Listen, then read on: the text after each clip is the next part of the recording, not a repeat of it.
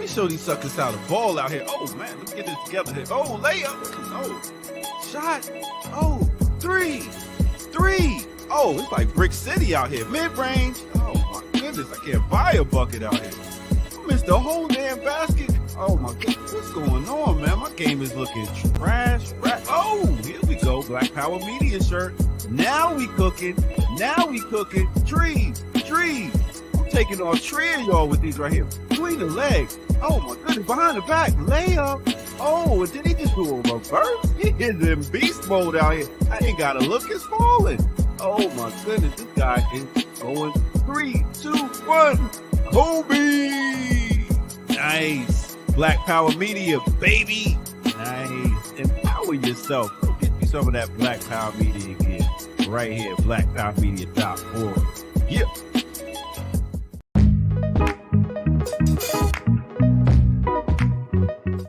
You got to earn your liberation. All right. What's up, world? Welcome to another edition of Earn Your Liberation right here on Black Power Media. Geechee y'all. Diallo Kenyatta. Yo. I'm Jared Ball. What's up, fellas? How you all feeling? Cooler, man. You should put us in the pocket to live us up a little bit. Yeah, you know what? I got a late start this morning, so I didn't have that set up. But we can go ahead and get a little bit something. What's up, Diallo? Good morning. What you got on today? A rap chain? Since we talking about your boy Wise Intelligence today, you got what's that? A gold chain? Or something? Huh? You talking about? Yeah, look. A drip. Look like you're a rapper today. What you trying to represent, Wise, today? Drip, man. This is culture. Oh, But I always represent Wise. Oh, LA in the building. We owe that brother a debt.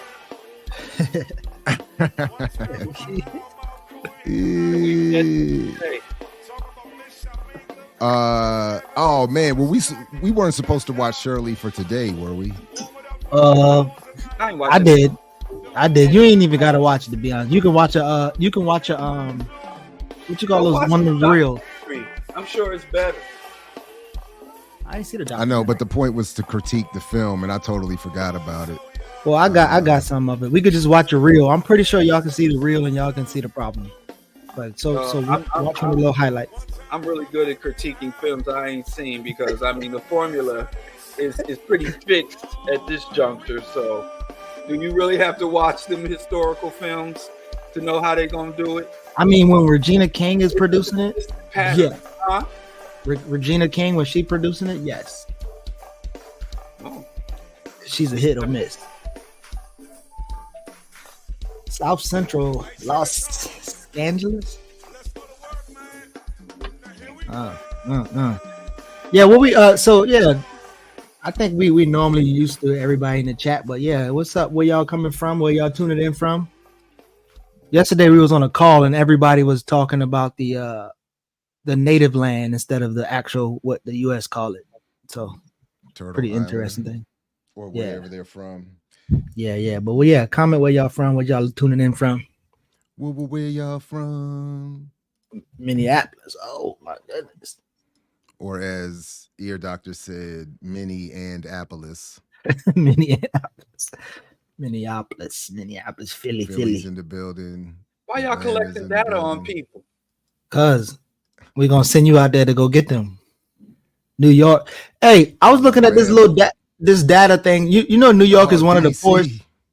New York, one of the poorest states in the country. England. I didn't know Alabama. that. I'm not surprised.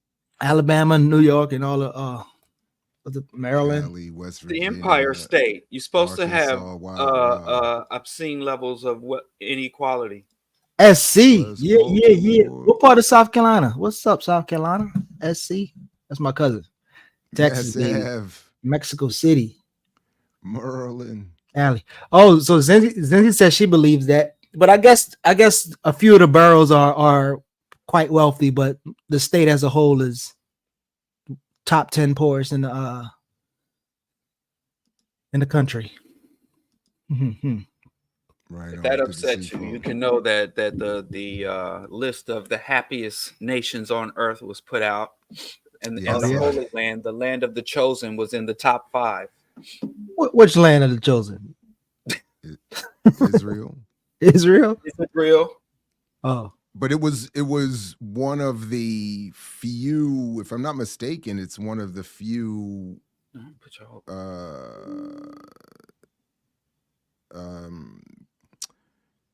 Western Southeast DC. capitalist nations. Because wasn't the list filled with like the Scandinavians? As usual, the Aryans.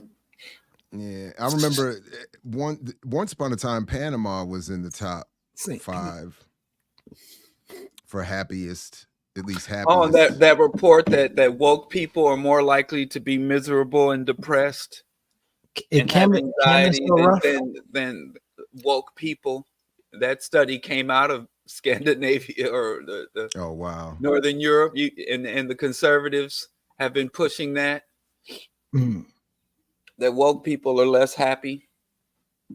Oh, and conservative people are much more content with life and much more optimistic. Oh, so that's what Candace was talking about. See, Candace Owens has some truth. See, more truth she's telling. She told at least one truth on her interview. Which interview? On the Breakfast Club? Yeah, she got one truth off at least. What's the rest that? of them, that T.I. is way more conservative than he tried to present himself to be, because they be talking on the phone and stuff, and then he got on stage. Can somebody explain to me this one truth thing, celebrating somebody for this broken clock? Yeah, why are you celebrating Candace Owens? Well, I don't know if you celebrating her, but yeah, but and tell the truth, and it's this whole told the truth, and some things they say is right. Who cares? Like, I mean, I don't know where that came from, but even in the chat, in the comments, which I'm gonna pull up when we get to that topic, like that's their thing. Like, at least she said something that was true. And that's I'm like, weirdo shit. Even this stuff like people talking about Cat Williams told the truth and Kanye told the truth, and even Orlando Brown told the truth, and see what happened. Like, it's some weirdo shit. Hey man, listen. Y'all seen those that talk going around about the truth tellers and somebody, and Candace Owens? That's some weirdo shit. Are people really that dense? Listen, man, I don't know.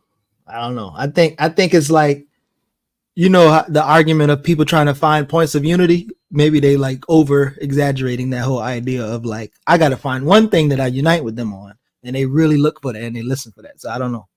Maybe that's the thing. I don't know.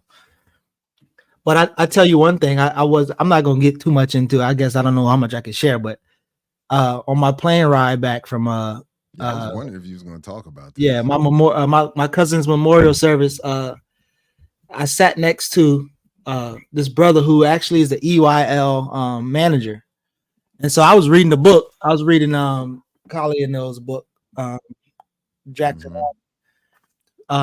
And he was like, "Yo, are you studying for school?" I was like, "No, I'm organized. I do this, blah blah blah." And then I asked him, "What do you do?" He said, "Oh, I'm a manager for Earn Your Leisure." And I just made a face like, "Oh shit!" And he saw the face, and he was like, "What? Why you make that face?" I was like, "Man, because so we part of Black Power Media, and we actually have a show called Earn Your Liberation to correct a lot of the wrong ideas that they spew on EYL." And so we started talking, and he was like, he said, I saw the way you made your face like that. And like, I was, curious to see what else you wanted to say, but most of the thing you just told me, I don't disagree with. And in fact, there's a lot of stuff that goes on that, I'm not in agreement with. And so, we proceeded to like talk about like some of the plans and what they're doing and why they bringing people on. And I was like, in particular, one time y'all brought on a brother on there who was literally claimed that he scammed his way to the top, including that he was going to kill a little kid who got him caught. And he was like, "What?" So, that kind of confirmed what we talked about. Like, they don't know who they're platforming. And when they platform somebody who does some crazy stuff, they just drop them and keep moving. And so, yeah, we talk a little bit through that. And it was just an interesting conversation. he's actually from Baltimore. He's like an OG from Baltimore, and it was pretty interesting that they have at least one person who's damn near solid around them. And so, Jared, I asked you if we were to have a conversation, because I would present it to him. Because I asked him, I was like, "Yo, would y'all ever platform people who would disagree with y'all, or who would challenge y'all thinking instead of everybody thinking the same way?" He was like, "Of course." And I'm like, "Well, you know, one of our co-hosts, he wrote this book that is probably important for that space. And so, would you want to go on there? Like, if they invite you, would you go to that type of event? And then Diallo and Jared, if they invite us, would y'all go to that type of Invest Fest, knowing we gonna be possibly booed off the stage, or you know, like Jared, you had a viral reel where, you know, people calling you raccoon and shit." But yeah, I'm used to getting booed or some sort of. No, if I'm invited, I will go. Diallo, that's a no. You ain't going. No, I was just saying I ain't used to getting booed. I don't know what kind of life Jared is living with. I'm a truth teller, Diallo. I'm out here telling truth. I mean, I'm not the most popular cat out here, but that's not something I encounter on the regular. But I've been getting booed, like Keontae said. I've been getting booed all my life ever since that sister said at the skating rink he wore his pajamas, and I thought I was in my flyest sweatsuit. Booed all my life. Well, I mean, considering we talked about sending a person out there or going out there for some journalistic whatever, but again, if I don't know how hostile I would assume how hostile it will be. And, you know, it'll be interesting to see any of us, either you, Jared, by yourself, we'll go and support, or us together in that type of environment. It will be hella interesting. But the other part is, like, I don't think, based off of that conversation, I don't think a lot of people agree with them, and more people are skeptical. But I think the stardom and the fan shit that happens gets people so much in the trance that they're not even really there to disagree. They're there to take pictures, like we said before.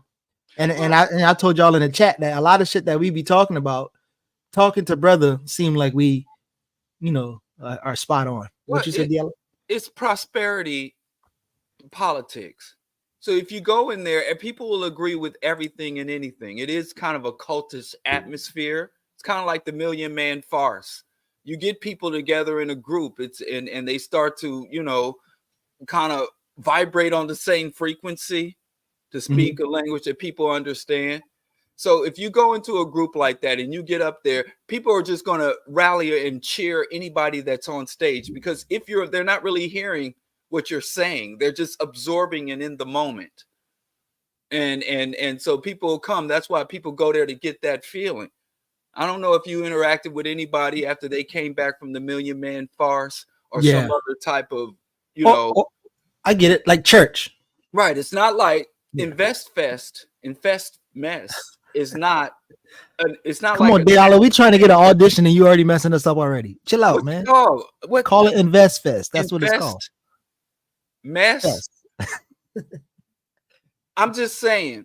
It's not like an academic conference. Y'all mess it up, man. It's not like an academic conference. So people don't really go there for specific information. Like if you go talk to people that went there last year and ask them, what specifically did you learn, or what they go there. That's why you have the names and the lights and the music and even the aromas and shit. That shit's been done. Like even the fluorescent lighting affects people's minds. So if we went there and got on stage and was talking some black shit, then they'd be with that. And somebody get up there and talk about you can be rich, and they'll agree with that. And then you put a minister up there and say, money is of the devil and I have the needle. Then they'll agree with anybody that's on stage, because just the fact that you're on stage, that Diddy was on that stage or whatever other. Sweating Diddy. I forgot about that part. Diddy was sweating.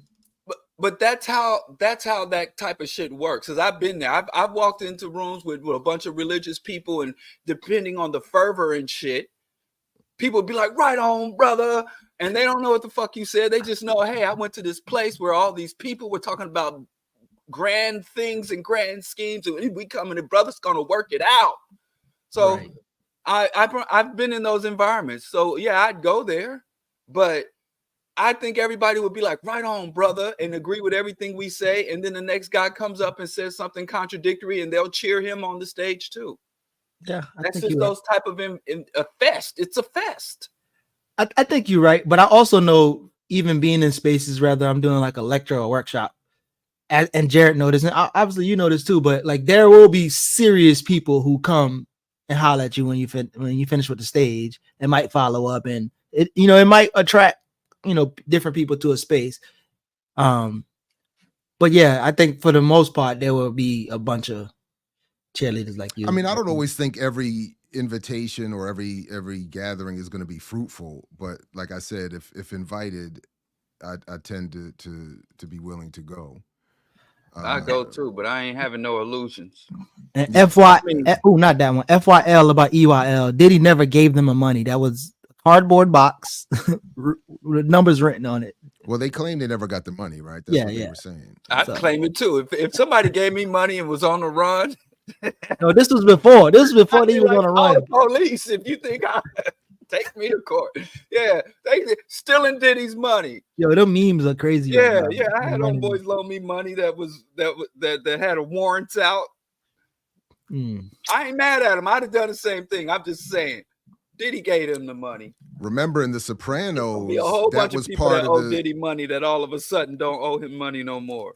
One of the dudes in The Sopranos, remember, when he saw that someone was targeted for death and on the run, he went to him and then borrowed money. Right. That he knew he would never have to pay back. Exactly. He was like, you ain't gonna be here long enough. So he gave him. So if they going around saying we never got the money, that ain't nothing. But like it's a festival. It's a fest.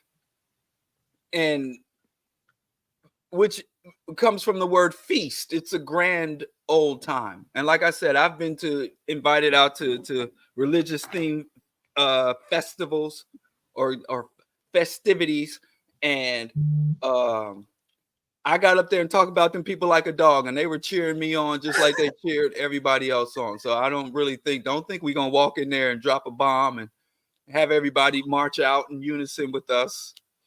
We would just be literally, you go to shit like that and you are feeding into it. You are legitimizing it. That's why you don't have people like Candace Owens on your platform to try to dispute certain shit you just don't do. So I'm saying I'll do it, but I'm saying we shouldn't do it with any expectation that we're going to come in there and shed some light in a dark crevice of the corner of the prosperity politics movement. It's just, that's just not how that shit works. I get it. They have InvestFest August 23rd. Give to them. Bitcoin 2024 is coming to Atlanta too. I see the jokes. I see the jokes already in the comments about toning Diallo down. Now I've been in spaces similar to that also, and I preface or even start out with like I'm probably gonna disagree with a bunch of the stuff y'all saying.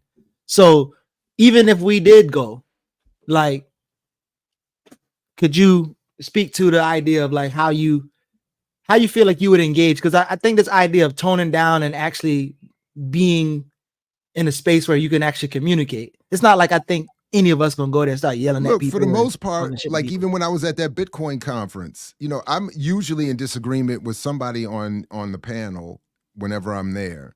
So, but outside of when Reggie Middleton and crew get kind of ridiculous in the hallway during the event itself, I've always found that it's never really become too much of a problem to just simply say politely and respectfully, we just disagree on this issue, and here's why I disagree. And I would say 95% of my disagreeable encounters in my professional or activist career, so to speak, have gone relatively well.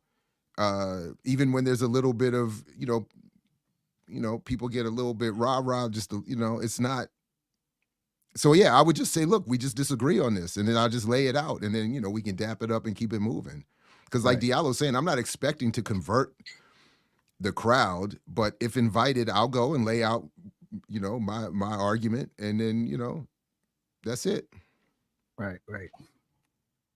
So I mean, there's a disagreement with wise intelligence that's been kind of going through, and I guess we can start. I just didn't know he gave me another shout out. Well, this 2 years ago, by the way. I know. It was, which is 2 years after the first edition of my book came Bringing out. up old shit. Yo, but anyway, I gotta. Is this cue? Is it you got a That's cue cute. to the spot? Yeah, Okay. that's cute to the spot. Like he said a lot of Pretty stuff, but this much was been- this in particular is dope. Let's go with this one first. This is Wise Intelligence TED Talk from 2022. Everything the village needs is already in the village. drain in the communities. It's not that we're under resourced. We don't have to ask other groups for anything, really. If we control just 14%, we're about 14% of the United States population. If we control just 14% of any of the industries that are built on the resources that come from our communities, we'd be good. We'd be good. So we're in this paradigm.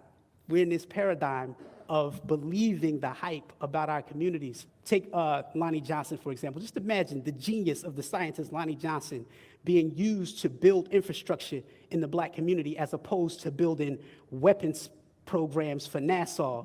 He made the Super Soaker, though.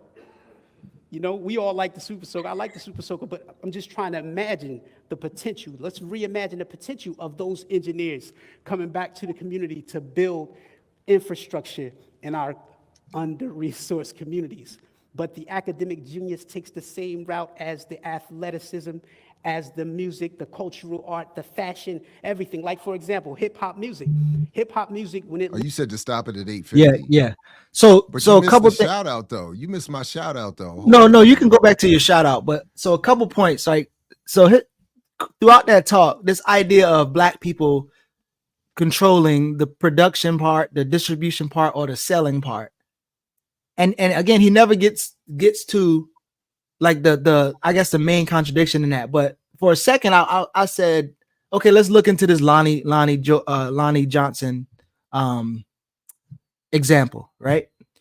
And he says something about if he came back to the Black community and build infrastructure. But after Lonnie gets out of school, who in the Black community or what community can offer Lonnie what the U.S. Air Force or NASA is going to offer him to pay him to even build whatever infrastructure in the community? And the reason why Lonnie has money and has time to develop some Super Soaker is because he's also helping develop the stealth bomber, which is going to destroy lives, Black and brown lives in Panama and other places. And so it's not like Lonnie is just, isolated someone. He's literally doing something to help further white terrorism, right? U.S. terrorism, getting kickback from that to start his own thing. But even when he develops a Super Soaker, he doesn't sell it. He doesn't, make majority of the money of it because he literally was in a lawsuit with the company, Hasbro, for them not paying him enough, not paying him the royalties. So in order for him to actually even get the gun off the market or onto the market, he gonna have to partner up with the actual capitalists, the people who got the money. So his argument about bringing his talents or something back to the community is like, what infrastructure you gonna build with what money on what platform, doing exactly what? He's gonna build a stealth bomber for Black people to use, or So he worked on a variety of projects, including Air Force Missions Lab, developing nuclear power for Galileo mission and Jupiter, several weapons-related projects, as well as the engineer for the Mariner Mark II spacecraft, Comet Rendezvous, Saturn Orbiter probe missions. He also worked on the stealth bomber program. So, to your point, I mean, he's to my knowledge, there isn't a Black owned and certainly directed for the benefit of Black people manufacturing process plant resources where they would be able to fund his research into the development of any technology, weapons related or not. So, and there's another thing. We are under oppression seeking liberation.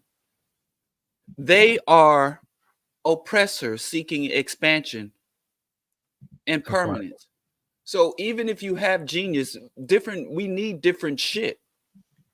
We should have different goals, which require different priorities and different skills and different orientations. So a lot of these people who go off to these Ivy League institutions or work within, these established industries, They don't have skills that are really necessary because, you know, Harvard and MIT, and they're not educating or training people for liberatory skills.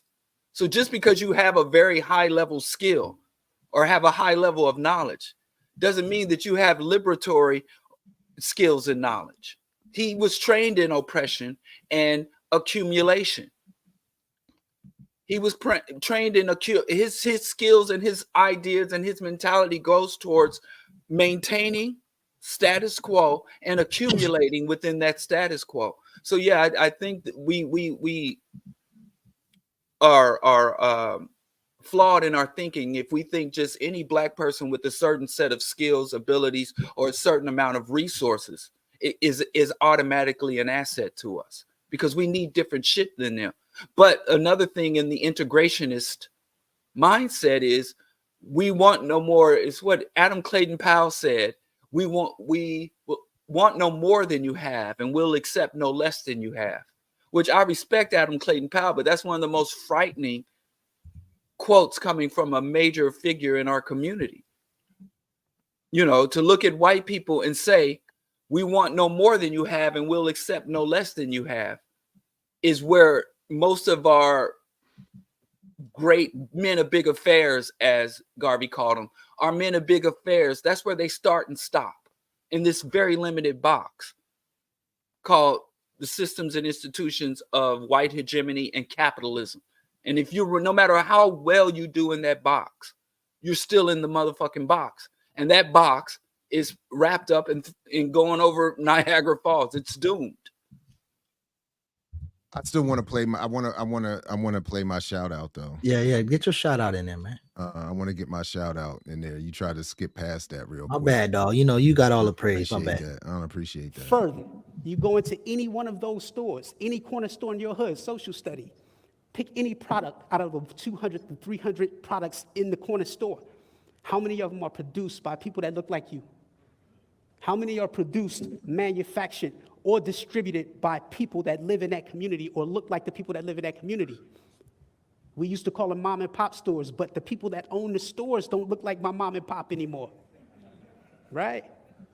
So what happens is the resource of buying power is extracted out the community at the point of purchase.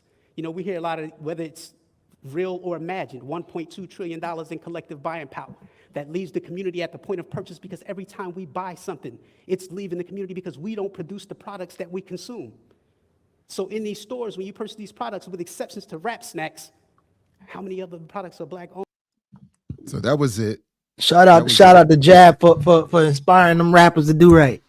Yo, No, so for that, whether it's real or imagined, I mean, he gave you a little that stab. was I mean, the line. No, I'm that's not mad actually at that. but that's better than Killer Mike shit on Breakfast Club, though. I mean, No, you he's got not shit on talking. there. I don't mind. Yeah, he's not, talking trash.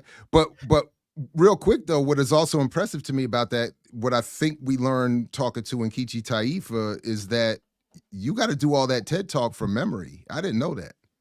Oh yeah. There's no prompter. There's no teleprompter. Wait. Can come off the dome? What? Like No. that? I'm Wise sure coming off Wise the can come off the dome? dome, but apparently these presentations are from memory. That's what she said.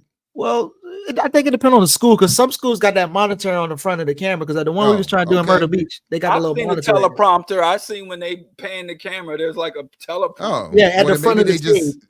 Yeah, maybe yeah. they just ran her. They gaffled her a little bit. But My that bad. ain't I nothing. thought- Wise been coming off the dome since what, 89, 87? I'm saying though, I'm just saying, you remembering all those, but I've also seen MCs forget their own lyrics while they're performing on stage. So I'm just saying it's Who? impressive. Who? Specifically Talib Kweli at a Black August event. I saw him forget his own lyrics, but I mean, lyrics seem easier So they because just hold the mic out to the crowd when of that song happens. and teaching. Yeah.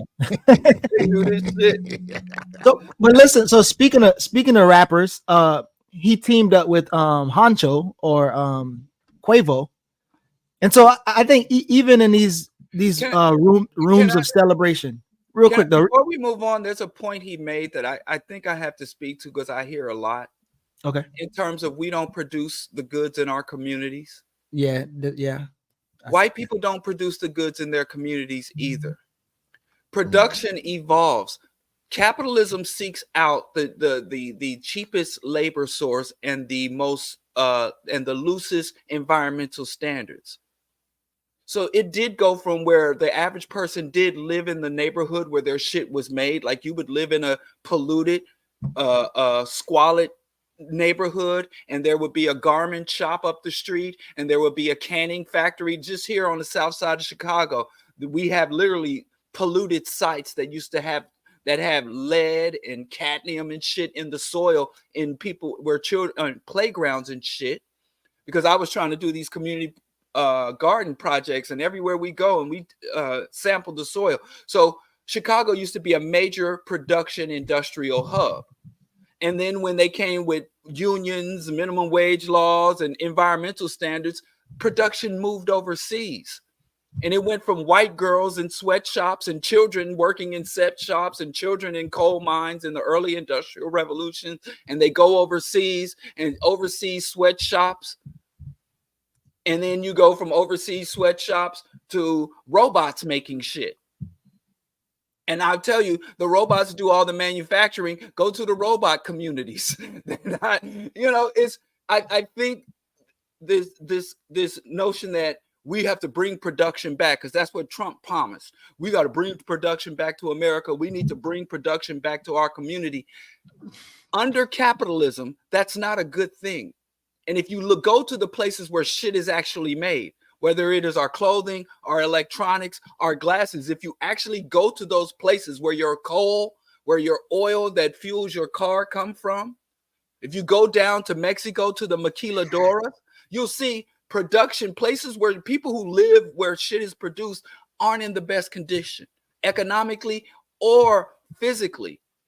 So I'm not saying that we shouldn't have everything control. I got is made in China. Right. But look at China's ecosystem.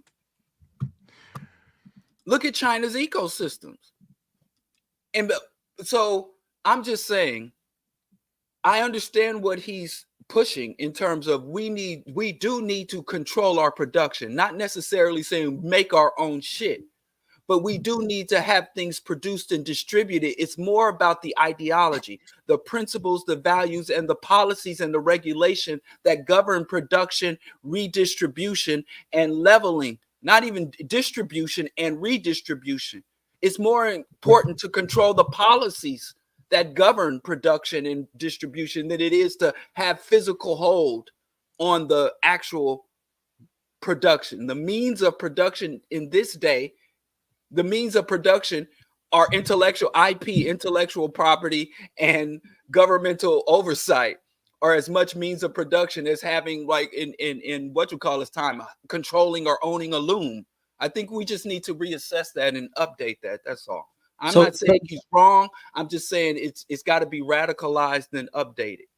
So Jared, before I ask you this question, go to that Instagram clip right quick. So, and again, I think when things are presented as something to celebrate, so him and Honcho or Quavo come together in a partnership, and you could play the little clip, but the partnership is always interesting because all black people working together. But then the question is, well, what is the partnership? What in particular is the partnership? We gon' make it, we gon' make it, we gon' make it, we gon' make it, we gon' I learned the game quickly. We gon' make it. So the partnership is literally, so Honcho has a football team, a little 7-on-7 elite talent, and Rap Snacks pretty much sponsor the jersey. So now they have Rap Snacks and whatever Honcho's team name is on the jersey. And again, this idea of spreading unity, message for change, and all this other stuff, and just like a bunch of words that don't really mean something, but it's coded in a way to where if you respond to it, you will be, negative or trying to disperse unity. But more to Diallo's point, what do you think about Wise's analogy, or how he talks about, well, we're not under resourced, even as he talked about, we're more athletes, we're black athletes, and we make up the NBA and NFL, so we're not under resourced. What do you think about how he shapes that versus how he also used the buying power, I get it. When I was listening to it, I get what he's doing, and I appreciate the point that he's trying to make a more affirmative, agency inspired point. But but similar to what Diallo was saying, the resources that are extracted and the resources in terms of goods, services, and benefits that are extracted are produced as part of a process in which exploited Black communities play just one part. So, and that's the part that I think we should be focused on in terms, again, of Diallo's point around public policy. We're all contributing to parts of the process that produce the $150 trillion in personal wealth, private wealth in this country, the 400 trillion private wealth around the world.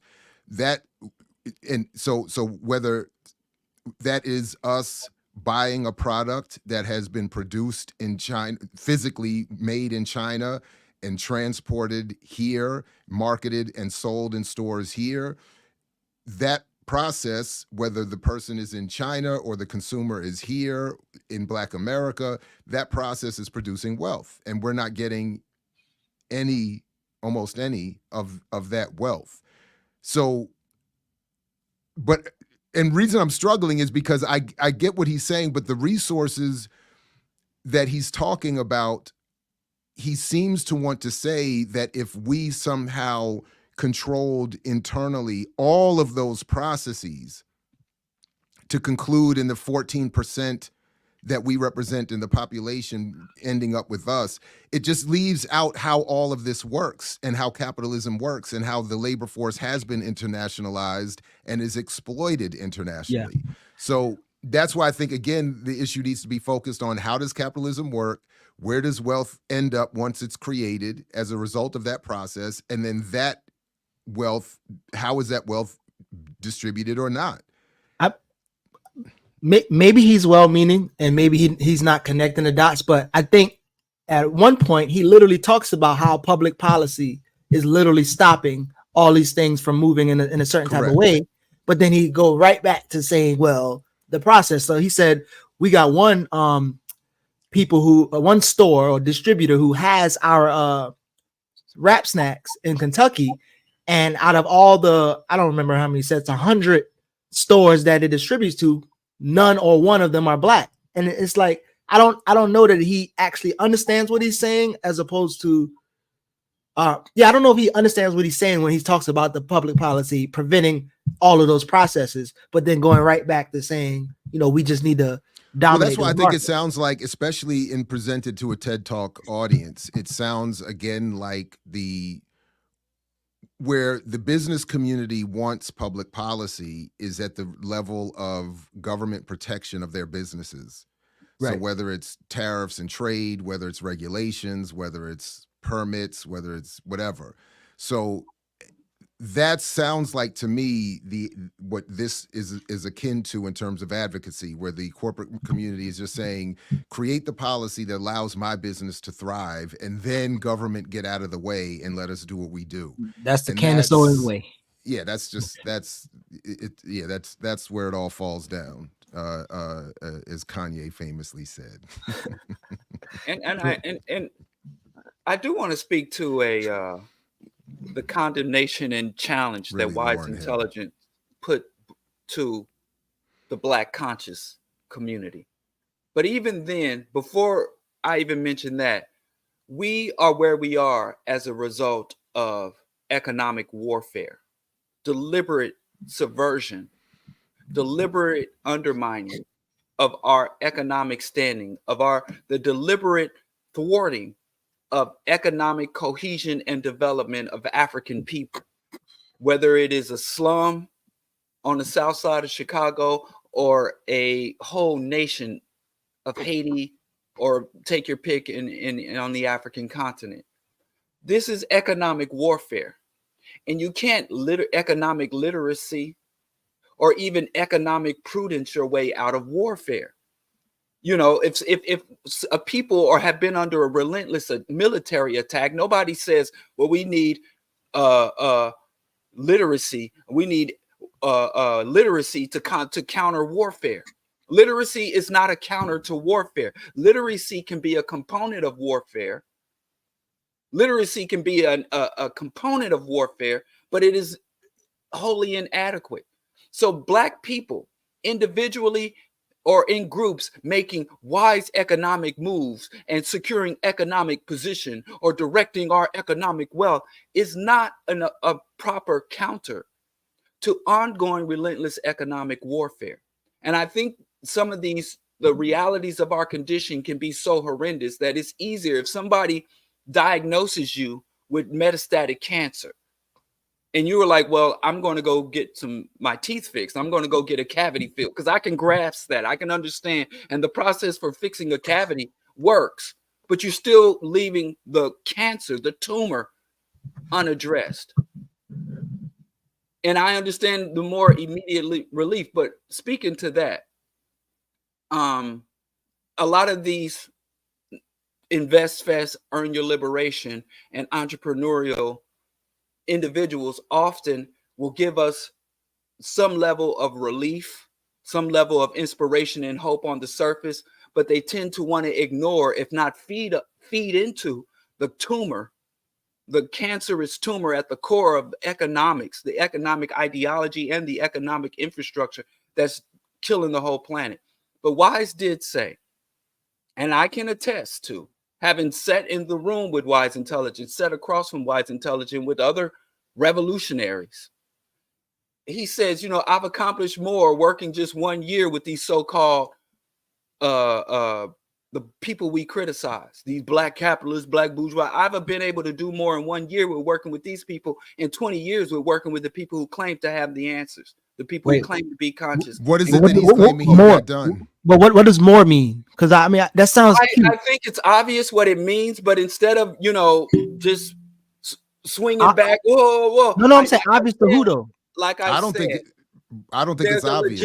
There's a legitimate criticism. There's some jewel of wisdom that we, as the conscious critics, as the appropriate and necessary naysayers, there is a level. I know it's uncomfortable, it's unpleasant to hear, but there's the core that there's something we should learn and hear from that. That's all I'm saying. But I've heard that a lot. I've been in many rooms like that. I've been in many rooms like that myself, where people make that claim, and usually the only thing that they're able to point, what they have on quote unquote the rest of us, is that they're able to point to some material financial benefit that has come to some small segment of the population. That's usually all that they can say, because let me tell you what they can also point to. Hold on, Diallo. Before you interrupt me, in fact, instead of interrupting me, let me finish the point, and then because you didn't elaborate, and usually when there is an elaboration on what, because I've heard that so many times, I've gotten more done working with this business, and usually that more is I've gotten some money sent to a after school program, or I got a small business up and running and supported, or something like that. And what we cannot say is we've delivered X amount of dollars to the community through some revolutionary activity. And then in that moment, we're seen to have lost the fight. And my point is, that's why I think it's important that people stop promoting this little bits of shifts of a little bit of revenue as some sort of I got more things done and more victory than if we were to actually build consciousness, build organizations. Because, I or others could say the same thing.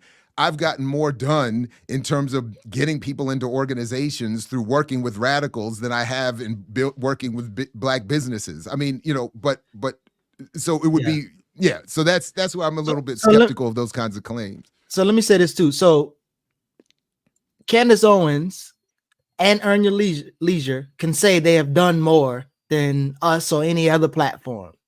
I'm just saying, Cooperative Jackson versus a Wise Intelligence. What? Come on, we let you talk too. So a Wise Intelligence can say he did more than Cooperative Jackson, right? And so Until Freedom can say they did more than BAP or CMB.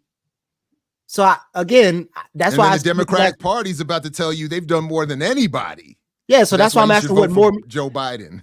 but you set the tone with, oh, he did more, and it stings. And I asked you what did more mean, and you said it's obvious. So specifically, I would like to know what his more mean and what you think his more mean. Okay, now I know y'all need to come up out your feelings, come up out the flesh. Oh, now hear what I am saying. As someone who's been engaged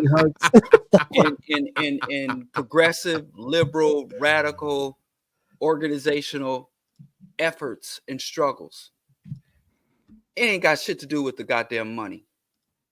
How much money people earn or don't earn, because I've seen with my own goddamn eyes reactionary, religious, and even entrepreneurial ventures, brothers come together for this shit and they fail miserably.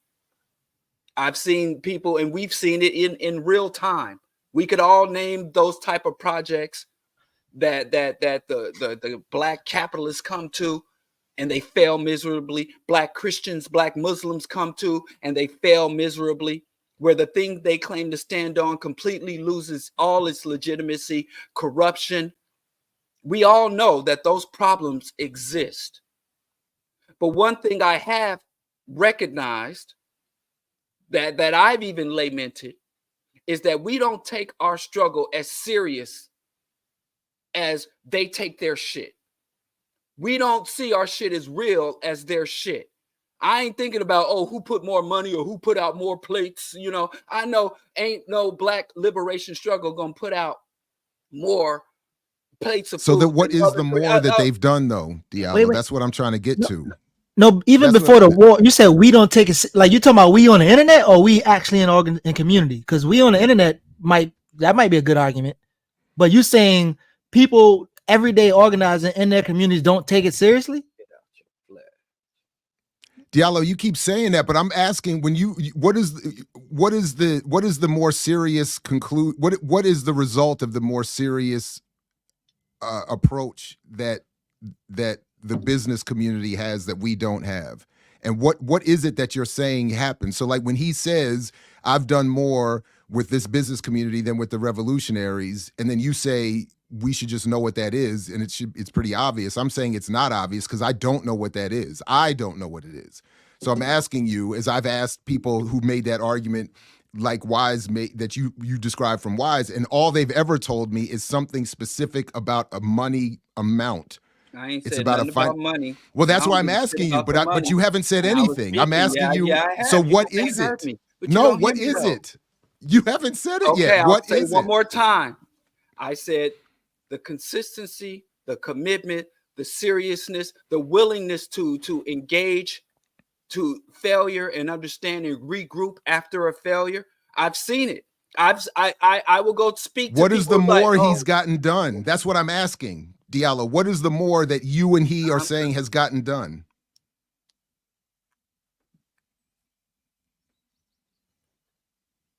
Again, the more that I'm talking to is not about money or how many. I know. So what is it that were passed out? So what is the more that you're talking about? The more that I am talking about is their level of commitment to what they are doing, their ability to endure both internal conflicts, endure larger failures, and still get up the next day and keep pushing. Like I said, I've seen revolutionary struggles collapse and people abandon.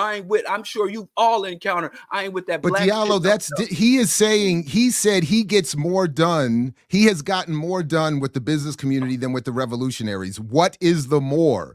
You keep saying getting up and start, but that's not what what he means. I don't agree with you. I don't think you've understood what he means. Okay.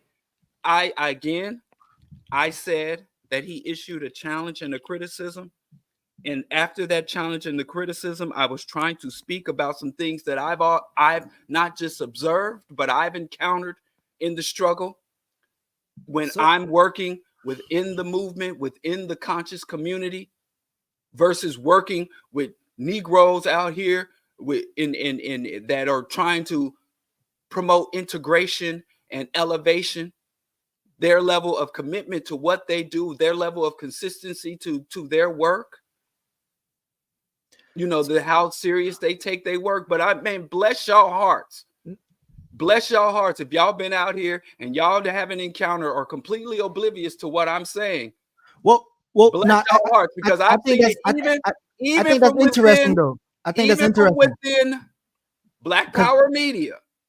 Okay, I think that's interesting. So you made a point. I don't understand that part either, by the way. You made a point that says consistency, right? And they stick with it. And then you've seen people in the streets who they give up after a failed thing. Well, it's interesting because let's take a Umar, right? Umar gets money in these exchanges. And so let me finish. A failed attempt, right? Is a failed attempt for Umar is not the same as a failed attempt for us, right? So Umar, a plan. I'm finishing. Okay. A plan might not fall through, but they're actually getting money for these exchanges. For instance, Wise is getting money to be the director of whatever engagement he's doing for Rap Snacks. He gets money for making appearances and speaking and stuff like that. So being committed to that part as opposed to being committed with not having that type of resources is kind of weird, Diallo. So for instance, if you got to focus on your family now and you're not organizing anymore as you used to, as you said, then are you saying you quit, or are you saying you had to quit? Yeah, that's a okay. So so this is okay. I see what this says. You're talking about you personally.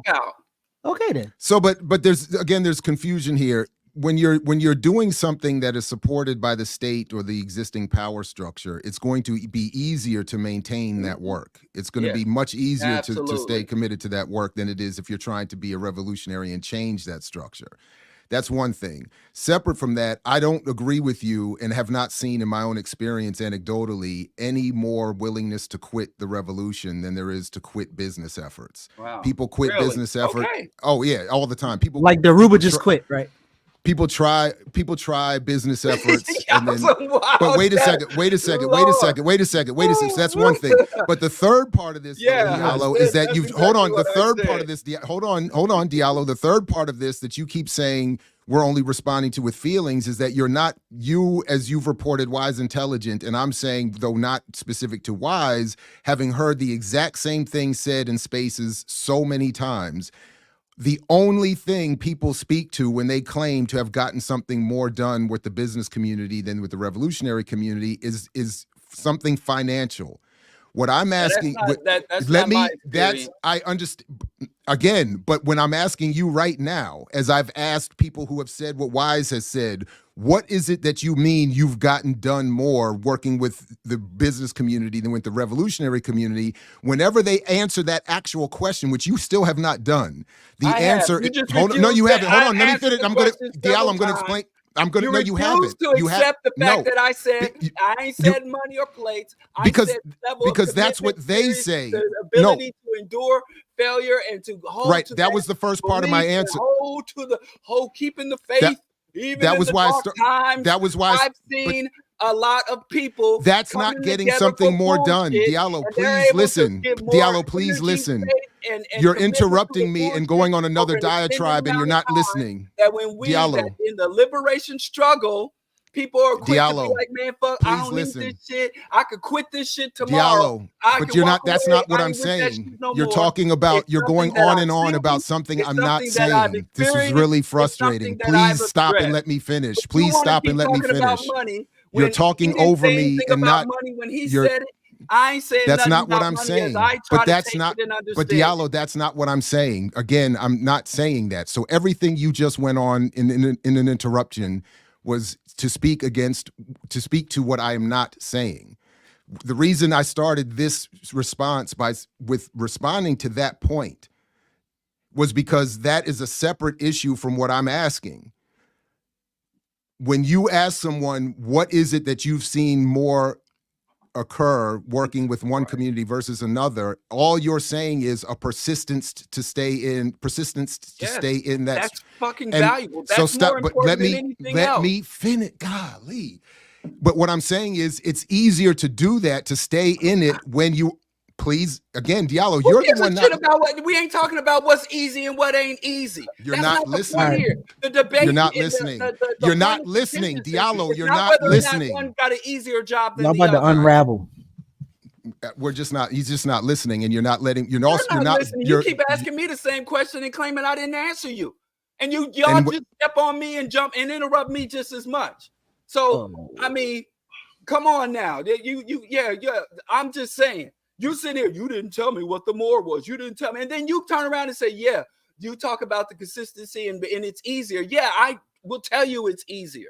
Hell yeah, it's easier. That's why more people sell out than remain committed. But May for I we who finish? haven't sold out, let's talk about we who remain. Okay. All right. So if I may finish, what I'm trying to point to is that, and this is the important difference. I'm listening. What you're not hearing me on is that when what I'm saying is, when someone makes the vague claim to having gotten more done, to simply say, to measure whatever, if you're going to say that the measurement or the metrics used to measure what is the more being done, if that metrics is going to be maintaining people in that wing of the struggle, we do have to recognize that the reason that they're able to maintain themselves in that wing of the struggle is because it's not a revolutionary threat. It's being welcomed by the state, in fact, promoted as preferred activity among the oppressed by the state. So it will always be easier to maintain that. That's the one point. So that's one separate point.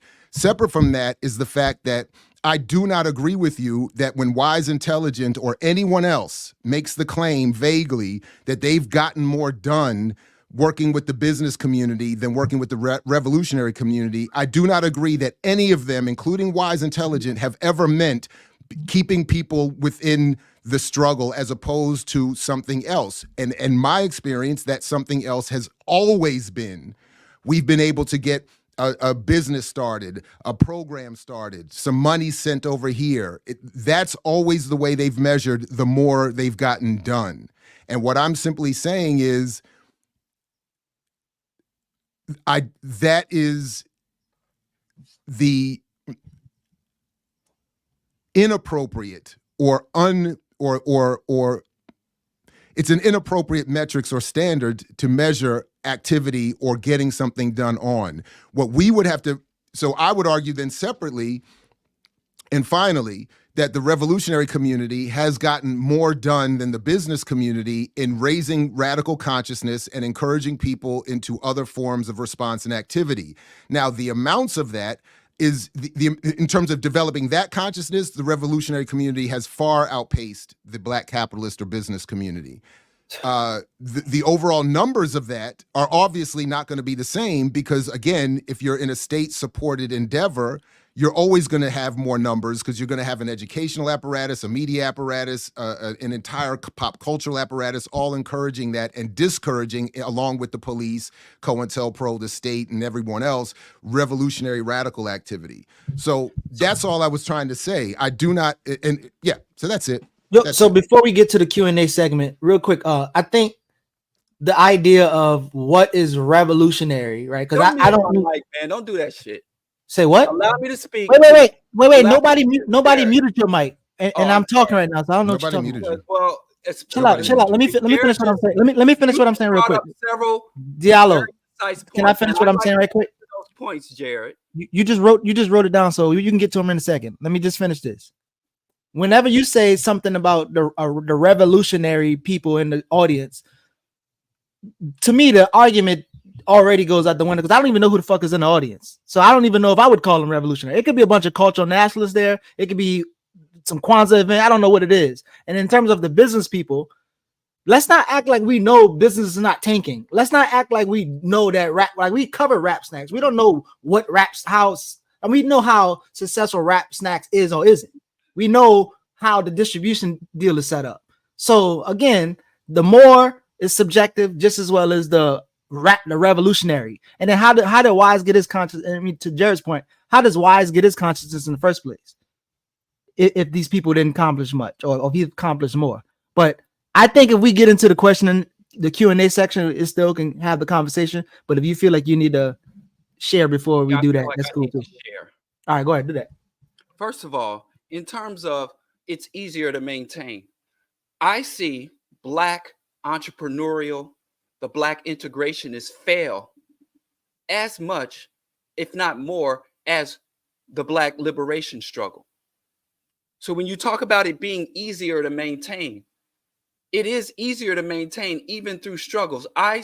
You'll see most of the Black people in this investment arena, this entrepreneurial Black business arena, they fail. Even as you're saying, we ain't seen the books of Rap Snacks. And I'm sure when you look behind the curtain, the economic and the numbers aren't what they are. And even if the numbers are anywhere near what they claim or to aspire to, it's really not going to impact anything. I agree. What they are doing may seem easier on the surface, or the failure rate is the same. It's like when Dave Chappelle said, I don't want to be a Black leader because there's no pension for Black leaders. When he told, what's that guy, when he did that interview, and he completely ignored the fact that the fate of Black comedian, from overdose, premature death, poverty, when they ran up in Red Fox's house and took all his shit, you claiming you don't want to be a Black leader because of their failure rate, but who dies quicker than Black comedians? Who has more miserable and ill-fated outcomes than Black comedians? So it's not even that people who say, well, I'm not going to join this revolution, I'm going to get this bag. And that means that they're going to be more likely to get the bag than they are to get revolution, because the paper chasers have an extremely high, vast majority failure rate. So there's obviously something there where our people can have faith, motivation, commitment to something that has as a more likely failure rate than something we offer and articulate to our community that is actually viable to our community. We're failing there in terms of getting more done. I don't think we should dismiss the fact that you can bring people to the table and people show up consistently and really internalize the message, even if it's a wrong message. I think that's something we have to show. Like every time you go and this revolutionary struggle has to reimagine and reassert itself and be rebuilt after generation, instead of trying to maintain some line. So yes, even I don't care if you make money or not, but the fact that you can have people aspiring to and showing up and committing to, that's something that is valuable, more valuable than money.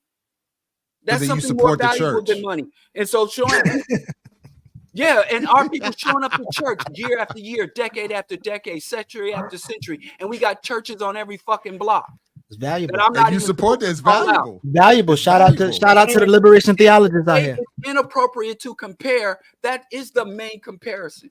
That is our competition. Those are our internal enemies. Those are our internal resource. Wait, you just said that it was valuable when they gather, even if it's the wrong thing. Shout out to liberation theologists out here. If I see anybody, even people I vehemently disagree with, that is able to capture our people's imagination, to get our people to rally around or recognize or even pay attention. Yeah, I watch them. I study them. So the Million Man March was a good thing to you then. And it is appropriate for us to compare ourselves to the Black business class. It is appropriate because we're fighting for the same people to go in opposite directions. So just to say, well, I don't have to compare myself to the Black capitalists. I don't have to worry about Tyler Perry and them because I'm doing something different. When they're in our community and creating disruption and entrenching our people in the institutions and entrenching our people in menticide and propagandizing and serving and allying with our oppressors to legitimize our oppression. Let's go to some questions. I think we've gone totally in a circle and it's confused now. Let's just go. Compare and contrast. We can get we have opposing missions. Even though we have opposing missions, I think it is appropriate for the revolutionary component of the community to compare, contrast, study the other components and other institutions and elements within our community arguing for shit or selling lies and pipe dreams. And too often we in the Black radical community rest on the fact that we got the facts and we know the truth. And that's enough for us. We have to start fucking winning. We have to start securing territory and locking shit down and inspiring, encapsulating, and bringing more of our people on board. It's not enough for us to just say we right, they wrong. So who cares what they can accomplish because they got the help of the white man to help them build their shit, where the white man's against us. And another thing, That's pretty COINTELPRO simple. didn't just focus Nobody on said radical. There are reactionary and integrationist elements who were also targeted by COINTELPRO. Black people who wanted nothing more than be a patriotic. You're arguing. You've talked so long that you're arguing what you're arguing we with were nobody is. COINTELPRO, but the entire the COINTEL program didn't exempt any components of the Black community. All right. It absolutely did. What are you talking about? No, but all right, go ahead. No, don't. Let's just go to the Q&A. I mean, Come on, yo. We unraveling, yo. We talked unraveling. so long. Diallo talked so long that he argued everybody's perspective in every argument. He just kept going. Unraveling. Let's just go to the comments. That was wild. Let's go to the comments. Shout out to the new people. Malik, Steven, everybody. Appreciate y'all coming. Welcome, AJ. Shout out to the 2020. Peace. Appreciate you for that. So starting with Brother Chris. I think Diallo, you probably highlighted this. How are STEM studies, robots, and etc. going to help Black folks in the ghetto? I don't remember who said this. When you don't control your community, everything in your community can be used as a weapon against you. Oh yeah. And I've never been a fan of STEM. As someone who has studied, and received a certificate in the STEM arena, and someone who's worked both in the liberal arts or the soft sciences and taken, radium physics and STEM classes and worked in a STEM field, it doesn't fucking matter. It's not going to help the community. Because if your ideology isn't right, it doesn't matter if you have a high level STEM degree or if you're a high school dropout. The ideology is more important. And also this problem with STEM is that it lacks the component of philosophy, ethics, and history. So with the so-called soft sciences or the liberal arts are extremely important because you don't want scientists, engineers, mathematicians in this world that have no grasp of history and how history has unfolded. No concept of identity, culture, and more importantly, ethics. The ethics of their field, which have been pretty much purged from STEAM and where the reactionary right is out here saying, don't even go to college. And they want to shut down and make college inaccessible and say, well, unless you're going to be a doctor or an engineer, what's the point in going to schools? And I've even been when I was in Brooklyn College pre-med program, where the med students were upset that they had to take botany and they had to take the humanities and music appreciation because they just were like, let me get these credits, go on to medical school and make big money. And you don't want someone like that responsible for the well-being and healthcare of your community. So the liberal arts are more about cultivating your intellect, are as important as cultivating your intellect than technical skills and technical know-how. So STEM isn't going to do shit for us until we as a people have the correct ideology and collective agenda. STEM alone will not save us. Okay.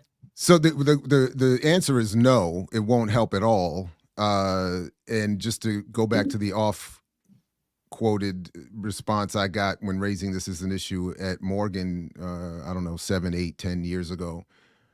Dr. Ball, your problem is you want to create new knowledge. We don't do that here. Your job is to create menial laborers for the communications industry. I'm a theoretical physicist. We don't teach theoretical physics here. We teach what students need to know to run the machines for theoretical physicists, end quote. So STEM, and then to the point of Lonnie Johnson earlier, STEM will be used to oppress. What happened? Go ahead. Bad. No, go ahead. That's it. Go ahead. It was important enough to interrupt me in my little rant, but go ahead, man. No, I'm sorry. I thought I was mute, but I said somebody made Coco mad. But next, yes, we need more black-owned businesses or black-owned stores distributing black-owned hypertension in the bag. I mean, I don't, there's another comment out. Well, we'll get to that. I don't know how y'all feel about that. We talked about that before about the bag of chips and, just the argument around it. How does public policy prevent? Can I speak to that? Oh yeah, sure. Go ahead. In terms of that, we do have a lot of vegan and holistic healers and apothecaries popping up. So we do have some. It ain't just hypertension. There are a lot of holistic health and wellness institutions. Also, UMedics here in Chicago. So I agree. Hypertension and chronic disease is something we need to acknowledge. So I do appreciate anytime it's an opportunity to talk about chronic disease, which is taking more of us out than street or gun violence, but it gets much less attention. So just want to say, if you want to support something back, there are holistic. Maybe outlets. that's what Wise meant, that he's gotten more done in spreading hypertension in the community, working with black businesses that he has working with the black revolutionary community. Stop hating. I still don't know what that meant. I don't know what he meant, though. I never understood what that meant outside of money. So stop hating on that. But man. Okay, cool. Not hating on him. So one asks, how does public policy prevent them from selling his chips? Well, he actually talked a little bit about the public policy impacting them, but tax-related fiscal policy definitely impact all kinds of stuff. Distribution. FDA. Yeah, there's as it probably regards does more access than the IRS but as it relates public policy as it relates to small business loans, to federal government support of businesses, to preventing monopoly, labor laws and all of that. Yeah. I mean, I don't know if that was a trick or loaded question, but I mean, hell, that I hope it's still worth trying to answer, though. I think it's still, because I think it's important for the thought puzzle process too. Absolutely. I think the fact that we live under a reactionary, genocidal, imperialist government has turned a lot of black people against bureaucracy and public policy in general. I am a student of and a staunch supporter of rational and regulation and oversight. And I think we take for granted, especially living in this modern era, about how much regulation has helped and served us as a collective or as individuals. And I do think we should pay much more attention to public policy and oversight and regulation than we do. The only reason we have theoretically clean water to drink and theoretically healthy food to eat and Sundays, and I'm just saying theoretically, and days off and workers protection. I mean, all of this, without all of this, people. I mean, I'm looking at on my bookshelf here, Howard Zinn's The People's History. Go back and look at this country's history when there's no regulation, just in labor. I mean, never mind slavery. Look at how white people really built their wealth. It wasn't through investing hard labor and avoiding premature policy, childbirth and I mean avoiding out of wedlock pregnancy. White folks became collectively wealthy. The white middle class was built on public policy, welfare handouts. I thought it was strong. I thought it was strong white fathers. It wasn't strong. No, it was out of wedlock. It was out of wedlock rape and pillaging. You guys are shitting me. But when white folks set about the campaign to steal at the wealth of the world, they didn't bring it back to Europe and have all the white folks line up and get their cut. It was still the small group of white folks profited, even though the bloodthirsty white masses were enthusiastically carrying out the grunt work of building the empire. They didn't bring home the wealth. That's what Marx and Engels were saying. That's what I think is so funny. They were saying white folks brought all the wealth back to Europe and still don't share it. That's what but we have black people standing up here from Bill Cosby to Earn Your Leisure, pretending that we can get what they got by employing not only means that they didn't employ, but acting in the exact opposite conducting ourselves in the exact opposite way. And yet where we they're just even had like, 30 minutes of an argument. Yeah. That's So so listen, crazy. no, You would but say no, that now. this is important. Let me no, bring here this. we So go. But go ahead. we hear you, Are but that being right. takes me back. Right, That right, takes me back to the right, point. right. Let me say Right. something real quick. I've been quiet. I was quiet. So back to the little argument we had, and then back to sitting next to the brother with EYL. When I explained to him the financial literacy, because he still get the thing, yeah, well, it's still kind of good that we need financial literacy. I gave him the Diallo line. I said, my brother Diallo says you don't go to people and ask them about nutritional literacy, do you? And he was like, oh, I didn't think about that. I said, but white people build wealth through violence, public policy, and fraud. And so if y'all bringing on cats who actually teaching people how to commit fraud, that would be the only way. But again, when you talk about work, Cooperative Jackson has done more work than EYL and WISE put together. But I'm pretty sure to most people it doesn't look like it. The most people Can who I are show you something real quick? Yeah. Just to support that last point, this is from an unpublished or forthcoming paper from our dear sister, for the future soon-to-be Dr. Erica Brown. Her work is so dope. She's about the financial literacy and educational abuse. In the United States, educational programs have long been used as assimilationist and control tactics for a variety of populations, including Native Americans and Black Americans. In the case of financial literacy, the efficacy of financial literacy education programs has not been scrutinized heavily to validate effectiveness for disparate groups. Financial institutions, employers, and schools offer financial literacy education with little respect for quality to minority and disenfranchised populations in lieu of non-predatory products, higher wages, or institutional services. These efforts can best be hidden under the umbrella of social programs and as public relations headlines, but few efforts are in place to ensure they offer more than good vibes. So long story short, she is, and this is just a summary of the work she's doing that proves that the very notion of financial literacy is itself a colonizing capitalist propagandistic ploy to keep us away from everything. I can't wait for more from her to come to get out here. Let's finish. Go ahead. Nagichi, I said teaching financial literacy to poor Black people is like giving recipes to starving people. Yeah. Just No. the quote. No, I mean that's what I That's a shared. good one. That's a bar. But- a bar. But anyway, so let's get to more. So shout out to Rob who caught Diallo for name dropping. I was in the room with Wise and I sat to his face. That's way harder than I ever did. I never criticized you for name dropping. I criticize you Not for doing it right. name dropping scumbags. Oh. And in fact, when you do finally name drop somebody of note. Wait, you say Avi Chomsky is a scumbag? Huh? She is You not said a Avi- scumbag. I didn't say that. Because what are you talking about? Go back and watch the previous shows. I said you name dropped OJ Simpson and shit. I said you always name dropping the scummy. You was hanging out with OJ? Huh? No, we had the same. See, I didn't even name drop OJ.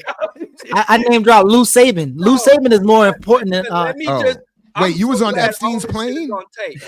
Wait, If you Geechee go was back on to Epstein's review, plane? I never said you Stop, shouldn't. Diddy. No Diddy. I said you no seem Diddy. to name drop some of the. You just sitting and play patty cake with the manager, the puppet master of EYL. I did not play patty cake. I was literally on the plane with him. See what you do? Okay. Man, I'm going to setting with EYL. Hey, yo, shout out to the fasting chef. Oh, I like this. EYL. The All fasting I chef. said, I just say, don't you, lie chef. on me to my face.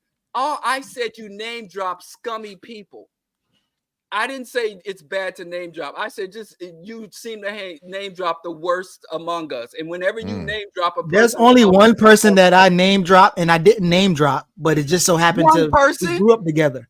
But I mean, I can't help who I grew up with. Rikichi. Anyway, Come on, man. Personal cell phone You don't number pay you got. attention. Diallo not paying attention, man. right. Anyway, I'm done. Next This person. is the 63rd episode. Of 63rd, and he's still EYL. asking them dumb questions. He's still asking. Yeah, we already got through that. The brother didn't want to do more. How does a black successful business stop the police from killing us or impact material Oh, maternal mortality rates. Oh, I can answer that. That's what I want to know. Go ahead. Well, the same way other groups. Let me tell you something. Like in New York, the cops in New York are just as police target. The police don't enforce laws, they enforce the status quo. So they always target the most vulnerable and lowest on the status quo throughout society, throughout history. Since you go back to the Roman Empire with the first founding of what could be defined as a civilian police force. So if you have a lot of wealthy Black people and we raise up the economic totem pole, whoever replaces us at the bottom will bear the brunt of, well, it hasn't been accomplished yet. They're still working on it. This is but Diallo's replacement theory. if we could get higher within the hierarchy, if we could get higher on the totem pole, the police, because there was a time where Italian immigrants were roughed up by the coppers. And if you go back to the era of Ellis Islands, back to the 1930s, there was times where a lot of people that are now established in American society were beat about the head in billy clubs and thrown in the back of paddy wagons and taken to the docks and roughed up by the coppers. You know, and they were seen as the criminals with the Gatling gun drive-bys as opposed to the AK drive-bys.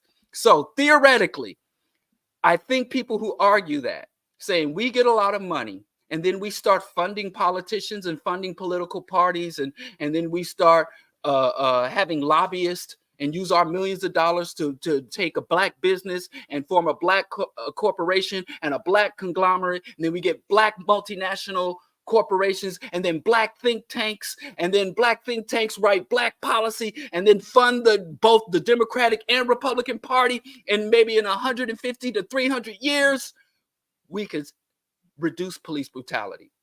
So let's get on that, y'all. You're welcome. Yeah. Brilliant. No, it is brilliant, and we're only 150 to 300 years away. I love it. Yeah. I love it.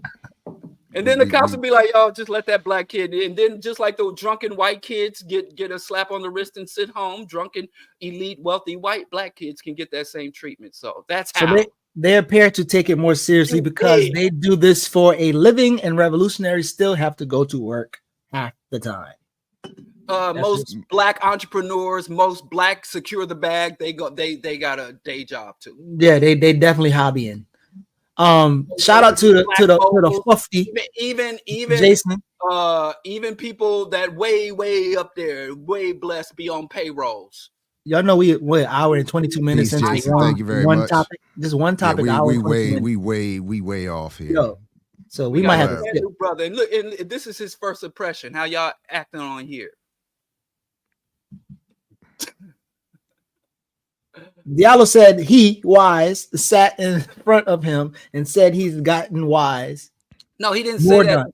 No, that's not. I'm sorry if you misunderstood. We don't need to. I don't think Leah. Yeah, we need to go back. Leah understands. And Leah was right. Man, my bad. Oh yeah, I have some thoughts, and honestly, okay, she agreed with wise perspective. I have to retract what I said. But it's not agreeing with me. God damn it! But wait. Okay. But wait, I understand that the perspective is compelling. It's incorrect. That's the problem. That's the whole problem that I have. It's a compelling and incorrect analysis and perspective. And that's why the conclusions don't conclude, to borrow from Fred. I mean, because what is well, anyway, it would just be repetitive at this point. That's all. I'll stop there. There's many contradictions, but tearing these people down don't revolutionize anything. I don't see this again. This is not. I'm not. Who's being torn down? This is simply disagreeing. By that that's again my whole point. Nobody's being torn down. I mean, wise intelligence. I'm not tearing anybody down. Yeah, I'm simply disagreeing with the argument. Nobody tearing wise. We have a bigger problem. A bigger problem, or an equally big problem, is the automatic equation or equating of tearing down with principled, reasonable criticism. All right. Go ahead. Thank you, Ray Johnson. Thanks you for the $5. Being defensive because it's a pro-capitalist argument he's making, but grandstanding to avoid being explicit. If you say I so. think Diallo's more. It's not. I don't think Diallo's defending is pro-capitalist. I think he's pro-wise, and I understand that too. Yeah, that's his I'm not people. mad at And that. and Yeah, I'm not mad You at and are. that. whoever this is, who this I'm guy, pro-wise man? too. I just Right. disagree Don't with say, his yeah, one we all, perspective. don't, hey, That's you it. too. No, but that's why I'm saying I'm not tearing him down. He's one of my favorite MCs, Okay. and I would love Don't to just build. say I think he's Diallo brilliant. pro-wise like I'm alone. No, in I'm that. not. I'm saying, but that's why you're making your argument because you're pro-wise. I'm Yo, pro-wise shout out to and Namdi. disagreeing, Listen, and that's I all. Shout- also- hey, listen. Hey, I'm listen, a Namdi just gave us $20 to shut up and move on. hater participator. Yo, If there's some hating, Diallo, money bands make him dance. Namdi just say shut up. $20 to shut up. Shut up. Thank you, Namdi. Namdi said for $20 you need to He shut up. about said, it. Where he he say said that? respect. He didn't say that. Geechee's. This is the lock today, but I respect. thought you was on a higher reading level. No, I'm saying he said shut up, but respect. That's what he said. He It's is too saying that. I think you're right, but he didn't actually say it. Just to be much. Right, fair. it's too much. Why you think he talking about me though? He said us. Diallo. I don't It's think us. so. It's all of us. He said, Regulations carry out only. I'm sorry, carried out Exactly. only protect some few. Okay, correct. sure. All right, another 20. Huh? What? Only ZZ. Thanks you for another $20. I 2020. disagree with that statement, but go off. Yeah, man. Let's just go to the next topic, man. Because and then people started Yes. coming with more chats. Did y'all finish reading? Y'all. ZZ is agreeing with both of us and dropping some money at the same time. I don't know why He we didn't get sped his through shit that. read. He but didn't get it. go I know, ahead. and now Geechee erased it, so I can't even see Geechee it. is So. so wild bad. dude right there. Geechee. My is- bad. I'm doing There it. we go. I'm feeling. Free- there we go. Free Diallo. I'm feeling a little air doctish. I'm just trying to get us past. We are All hour right, and let's 20 go. minutes in. Let's That's go. it. Let's My bad. move on. Let's Damn, move on. what was that? Seriously, what was that that you just put up there and took down, Geechee? What did it say? Shout I out to don't know. Diallo. That's what it says. Shout You out have to no Diallo. idea. Listen, let's give the people they if we're gonna highlight a comment, let's at least leave it up there long enough to read if y'all don't want to allow for a response. All right. I'm sorry, whoever I did that to. Man, you come with your designer polo hoodie and just acting. Are we gonna get to this Gensler story? Because I actually did some research on Yeah, it. we can get the Gensler first. And I'm sorry, Diallo. You Why said you my apology. apologizing to me? I already apologized to them, but you kept going. Comment that you threw All right, up yo. there So and snatched Gens- down, you didn't even see their name. I so think Gen. go ahead. My bad. Here we go. If All right. you want your comment acknowledged and read, you got to say something complimentary to Geechee and critical of me or Jared. Because otherwise, Geechee will flash your shit and snatch it right down. All right. You done? I'm just telling people how to navigate this show. That's right. You Are see you done? people in the comments like it's rough today. It's hard. Listen, people, we should be giving them super chats and thank yous and subscribing to them because they suffering. All right. You done yet? Can we go to the next? All right. If I So said I Gen- wasn't, but that I'm we not see trying that you ain't got to lean all the way back. We see the designer hoodie, Geechee. Keep I'm going. not about to transition you. You all like, damn, we see it. We acknowledge it. Can we move on, Geechee? So Gensler, actually we mentioned them last week, I think, when we was covering the black architect company who kept changing names and they was around for a while. They were the leading in the space. So, but Gensler is converting office spaces into residential spaces, building apartments. Jerry, I know you said you did some research, but so a couple things that I saw when I was looking at this story, which is also interesting. This conversion, they're doing the conversion, and they're supposedly in mainly downtown. So they're trying to take vacant lots, vacant office, and distressed property, and then turn them into apartments. But the apartments that they already built, they're not even meeting the seismic requirements. So pretty much if the earthquake happened or something like that happens, some of the buildings that they're converting into homes are not even resilient. I did check with Mama Torre Comrade Torre about Philadelphia, because they did build one in Philadelphia where it's normally out of price for anybody. So even though it's language as they're working on houseless people or trying to solve the houseless problem, is always a high-end type people that will be, living in these spaces. They're pretty Are much you saying they're claiming to be doing this to solve the houseless crisis? Well, I don't think they're claiming to do it, but I think one will assume that building more housing or homes will help people out. But I'm just making it clear that it has nothing to do with it. Yeah, they know that's not why they're doing it. No, I'm not saying that they're doing it. I'm not saying that's why they're doing it. I would disagree with that's why they're doing it. I don't want people. I'm just making sure that whoever happens to think that who comes across this video is clear that they're not doing it to help houseless people at all. Yeah. Just quickly, I just a few things, because I wasn't really familiar with it too closely before you put it back in the chat. I don't even remember us talking about this before, but just quickly, what is being reported here earlier this year is that Gensler has devised an algorithm to help convert office spaces into residential spaces.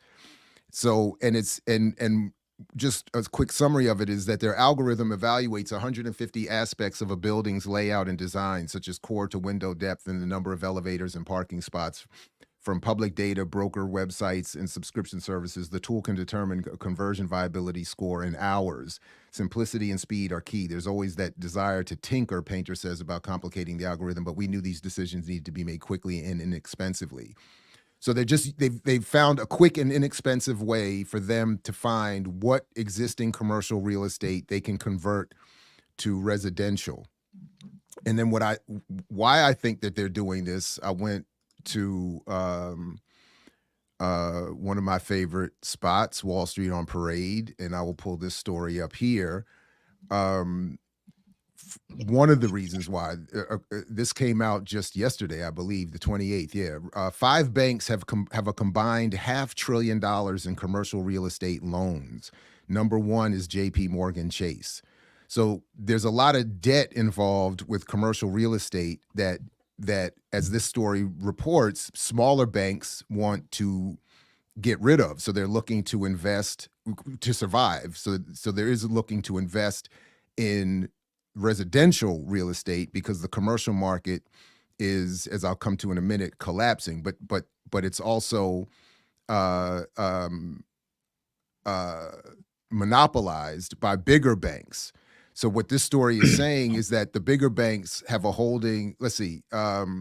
Yesterday, American Banker released a report showing that 5 banks in the U.S. hold a combined $500 billion in commercial real estate, or CRE, loans.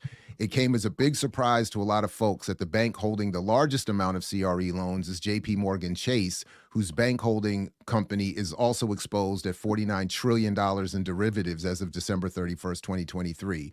So there's concern that people who have taken out loans for commercial real estate won't be able to pay them, and it could cause a crisis if these bigger banks are caught up in that, and they are.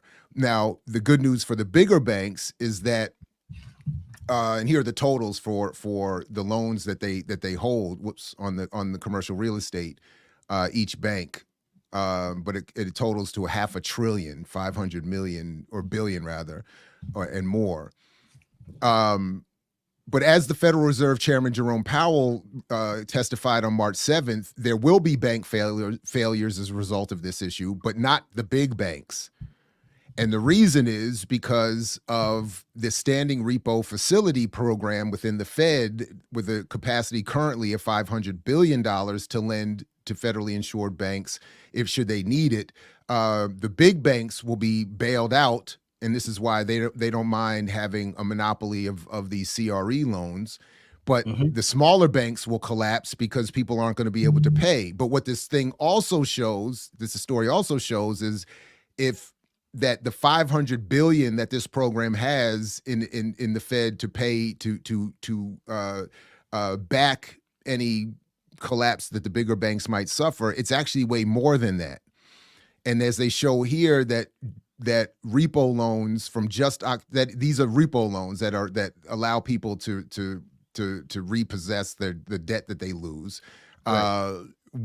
From October 1st, 2019 through December 31st, 2019, trillions of dollars were given these bigger banks to cover repo debt that they might have lost in part due to their holdings of commercial real estate.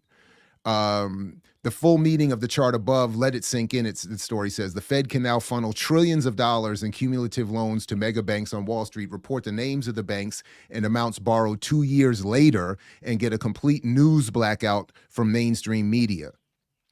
Jerome Powell, that is the Fed chairman, might have his own agenda in playing down the risks to the mega banks on Wall Street, according to Senator Elizabeth Warren, who sits on the Senate Banking Committee. Powell is leading the charge behind the scenes to overturn federal regulators' proposal to require the largest banks to hold larger amounts of capital to prevent a replay of the 2008 financial crisis. So where the country is in just as bad a spot, if not worse, in terms of a potential crisis. A lot of it is caught up in this commercial real estate that people have loans out for that's not being used because people are working from home now, and these office office spaces are being underused, and there's no rents in them, et cetera, and so forth. So just to wrap up here, just this one story from what is this? The NASDAQ.com, commercial real estate crisis and opportunities. So the short of it is there's a crisis in commercial real estate. Market has been in turmoil over the past 2 years, experiencing a significant downturn. The market has seen a 40% drawdown since early 2022.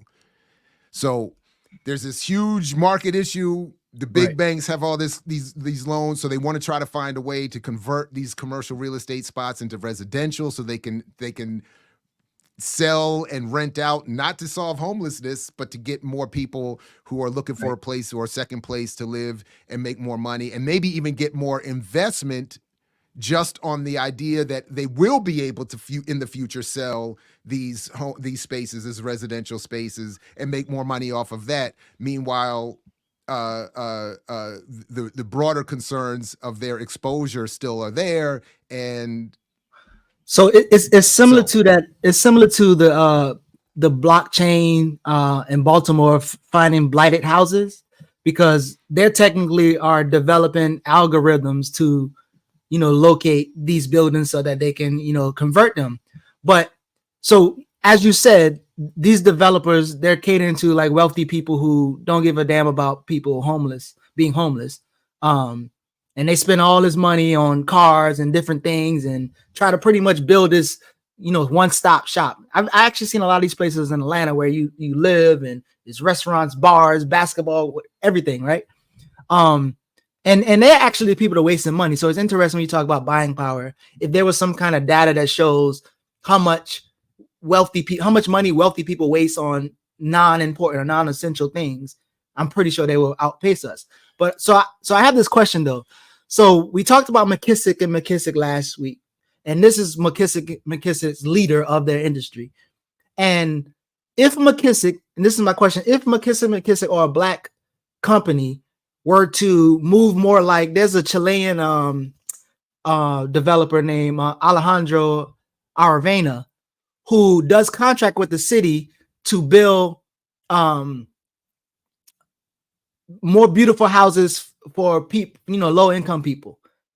And I wonder if a black company decided to go that route, would either of y'all at least start with a congratulations or acknowledging the effort, like Wale says, and then try to build a relationship to kind of pull them even further? Because I don't think that y'all would think that building these houses and getting government or city contracts to build these houses for homeless people would be a super plus for y'all, but I think it would be in the right direction. And I wonder if y'all would acknowledge that that's better than, Of course I would. I just would be skeptical that they would get any investment or get the required investment to do what they would claim to do. How would they, never mind the permits and the political arrangements and all of that. So I would be willing to, yeah.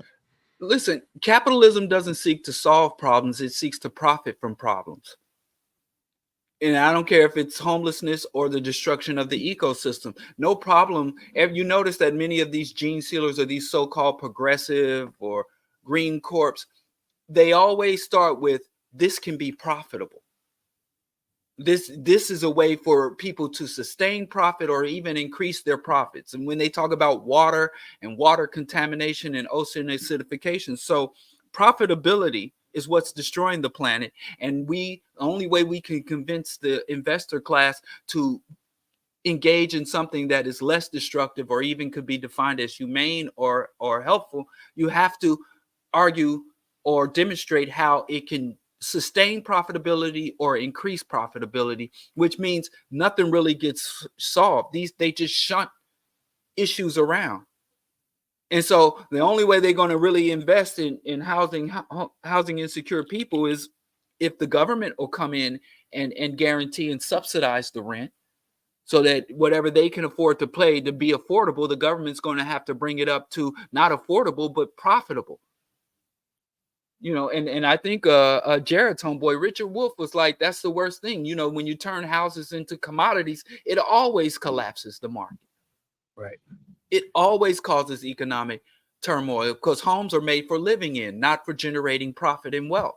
And when people started looking at their homes as my home is my investment, my home is a source to generate capital and wealth, or to get investment capital out of my home to put it in the market, and the fucking housing market collapsed.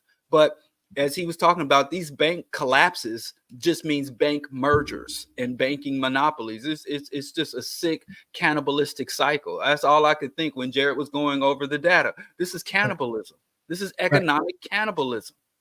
So Gensler, they develop a computer algorithm assessment tool to determine buildings' suitability for the conversion. What the tool does is considers the building size, how many windows it has, the floor, the ceiling height, and dimensions, and they try to figure out if it's suitable. This algorithm figure out if it's suitable to transition to apartment. But then it goes to, and I'm sorry to interrupt, but it's not just the windows; it's the depth from the window to the wall. Like, it get very specific. Like, you got to have. Sorry, my bad. Yeah. No. But again, like as I said though, like they're also not considering again the seismic requirement. So they're like, so if these people be in this building and something happened, as we can get into the story with Baltimore, when something bad happened, who's responsible and insurance and all these other things, conversation gets convoluted. Go ahead, Diallo. We've been here before. Remember all the industrial infrastructure when the United States deindustrialized and you had the whole warehouse loft movement? And none of those warehouses were appropriate or suitable for residential. And all they did was go to the state legislature and go to local government and have them rezone the property. So this shit is just a candy coating. Oh, yes, we're trying to assess. If they assess that it's not habitable, they would just change the zoning, change the habitability regulations, and move forward to make money. Right. So this is just window dressing. If they are able to construct a scheme and have people, hanging their laundry outside of the local skyscraper, poor folks, because they're doing that here, even with the so-called the manufactured refugee and manufactured migrant crisis. They're already putting them in places that were deemed uninhabitable, unfit for human habitation. So just because I don't give much weight to the algorithm and to their assessments, because if they deem it uninhabitable, but they also deem it potentially profitable, they're just going to rewrite the zoning and the habitability restrictions. That's right. Or ignore them. So in terms of public policy, I was looking at like the data on how much homes or property the city or the state owns. And so like Baltimore City owns 9.9% of the vacant properties.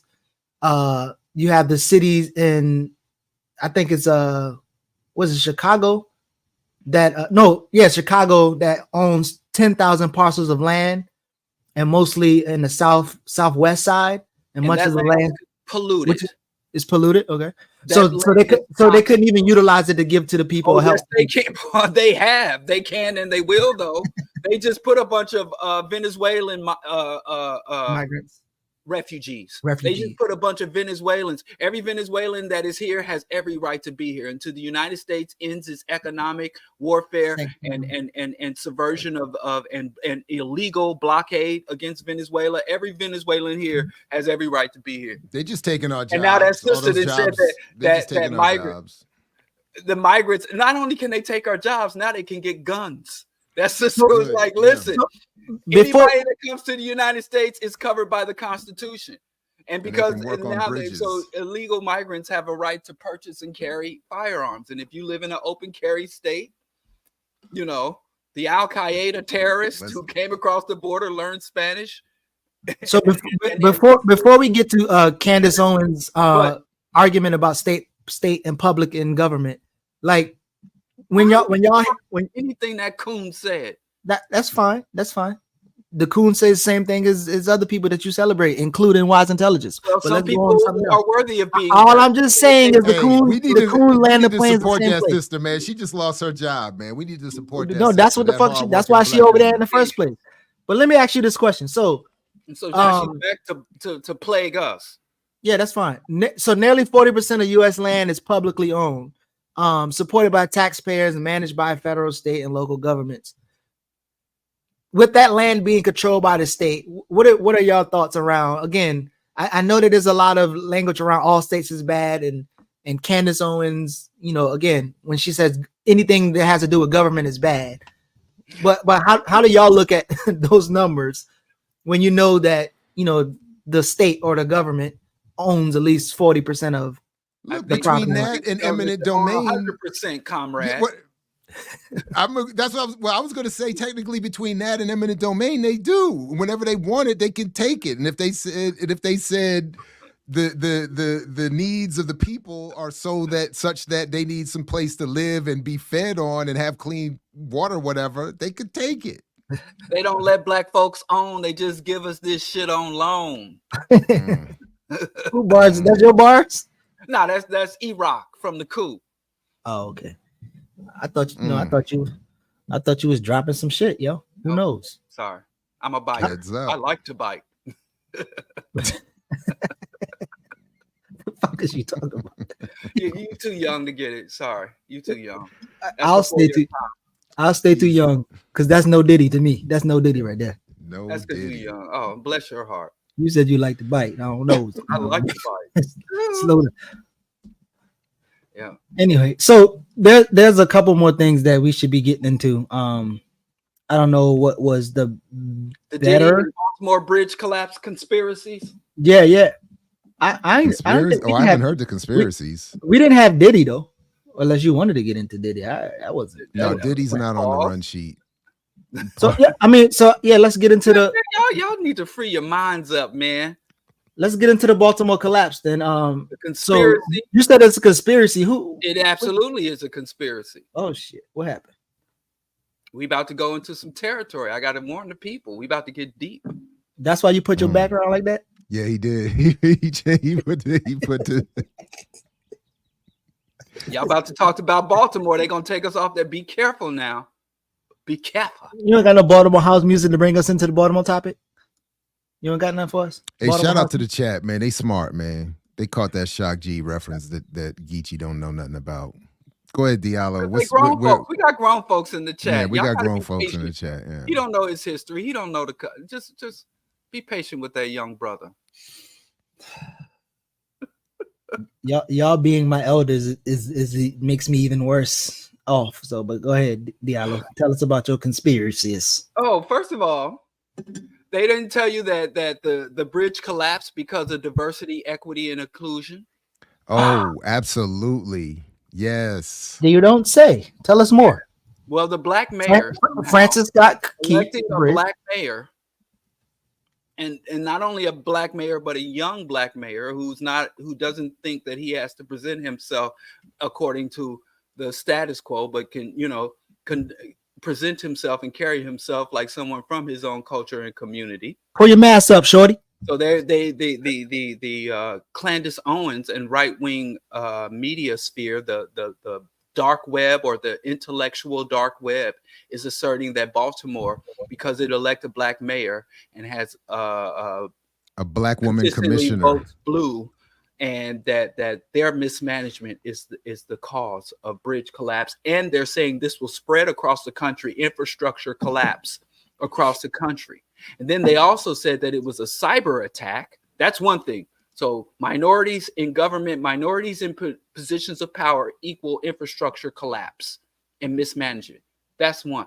Number two, this was a cyber attack. And what's great about this cyber attack is you can pick whatever. If you still old school and you want to ride the Islamic terrorist, if you want to blame it on migrants, because there were a bunch of Hondurans and other people, Latin American laborers on the bridge. They said that there was a cyber attack coming from whichever villain you want to pick that shut down the boat and directed the boat. Then also the conspiratorial said the captain of the ship had recently gotten a COVID shot and he collapsed as a result of receiving the COVID vaccine. And when he collapsed, he fell onto the control panel and caused it to short circuit. So there are a million and one conspiracy that America's under attack. And this is the first shot across the bow that will lead to World War III, that allowing Black people to hold administrative positions in city government will lead to collapse of major infrastructure and COVID vaccine. I think I've covered all the major conspiracy coming out of the right wing. So there's no conspiracy about this company who contract the workers, brought on the builders, like what, they don't take no responsibility for anything. What do you mean? Well, they're saying bombs were on the bridges, so they've created slow motion reproductions of the crash, and they say that when the boat hits, you can see the bombs going off at key infrastructure points on the bridge. Mm. So what's interesting, I thought it would have been another conspiracy because the company who was doing the construction, they've been in disputes with the Maryland Department of Transportation. They've been in beef and litigation since 2014. And then, even some of the around the arguments of the contractors were alerted to the fact that the paint in the bridge has toxic metals in it. So the conditions was hard, was bad. And then they had a lot of labor and contract disputes with the department. So I thought another conspiracy would have been the state did it because they was mad at that company. But that's interesting. Oh, a false flag attack. Okay, yeah, if it'll float, put it out there. Get on there. Go to the MAGA crowd. This is wild shit. If you want some engagement, yeah. So those are the various conspiracies. So also what I was looking at, so there's a Titanic law that might help the dolly owner reduce his liability for that Baltimore bridge. So I was kind of looking at who's going to be responsible, and it seems like everybody is running away from responsibility in terms of whether it's the insurance company, the state, or that company that has pulled up. But that's been an interesting thing that since 1851 there was a law that lowered the exposure of $10 million by capping the ship's owner's liability at how much the vessel is worth after the crash, plus any earnings. Liability. You said you love it? No, y'all. The public. Remember that woman walked in that school and said, "I'm giving everybody a LLC," and everybody was like, "I got an LLC." Oh yeah, Pinky did that. I've only been a college graduate for 24 hours and I already have an LLC. Limited liability. You couldn't have imperialism and capitalism without limited liability. Can you imagine people being held economically and criminally liable for the actions that are done to generate their wealth? Can you imagine how can the world function? Right.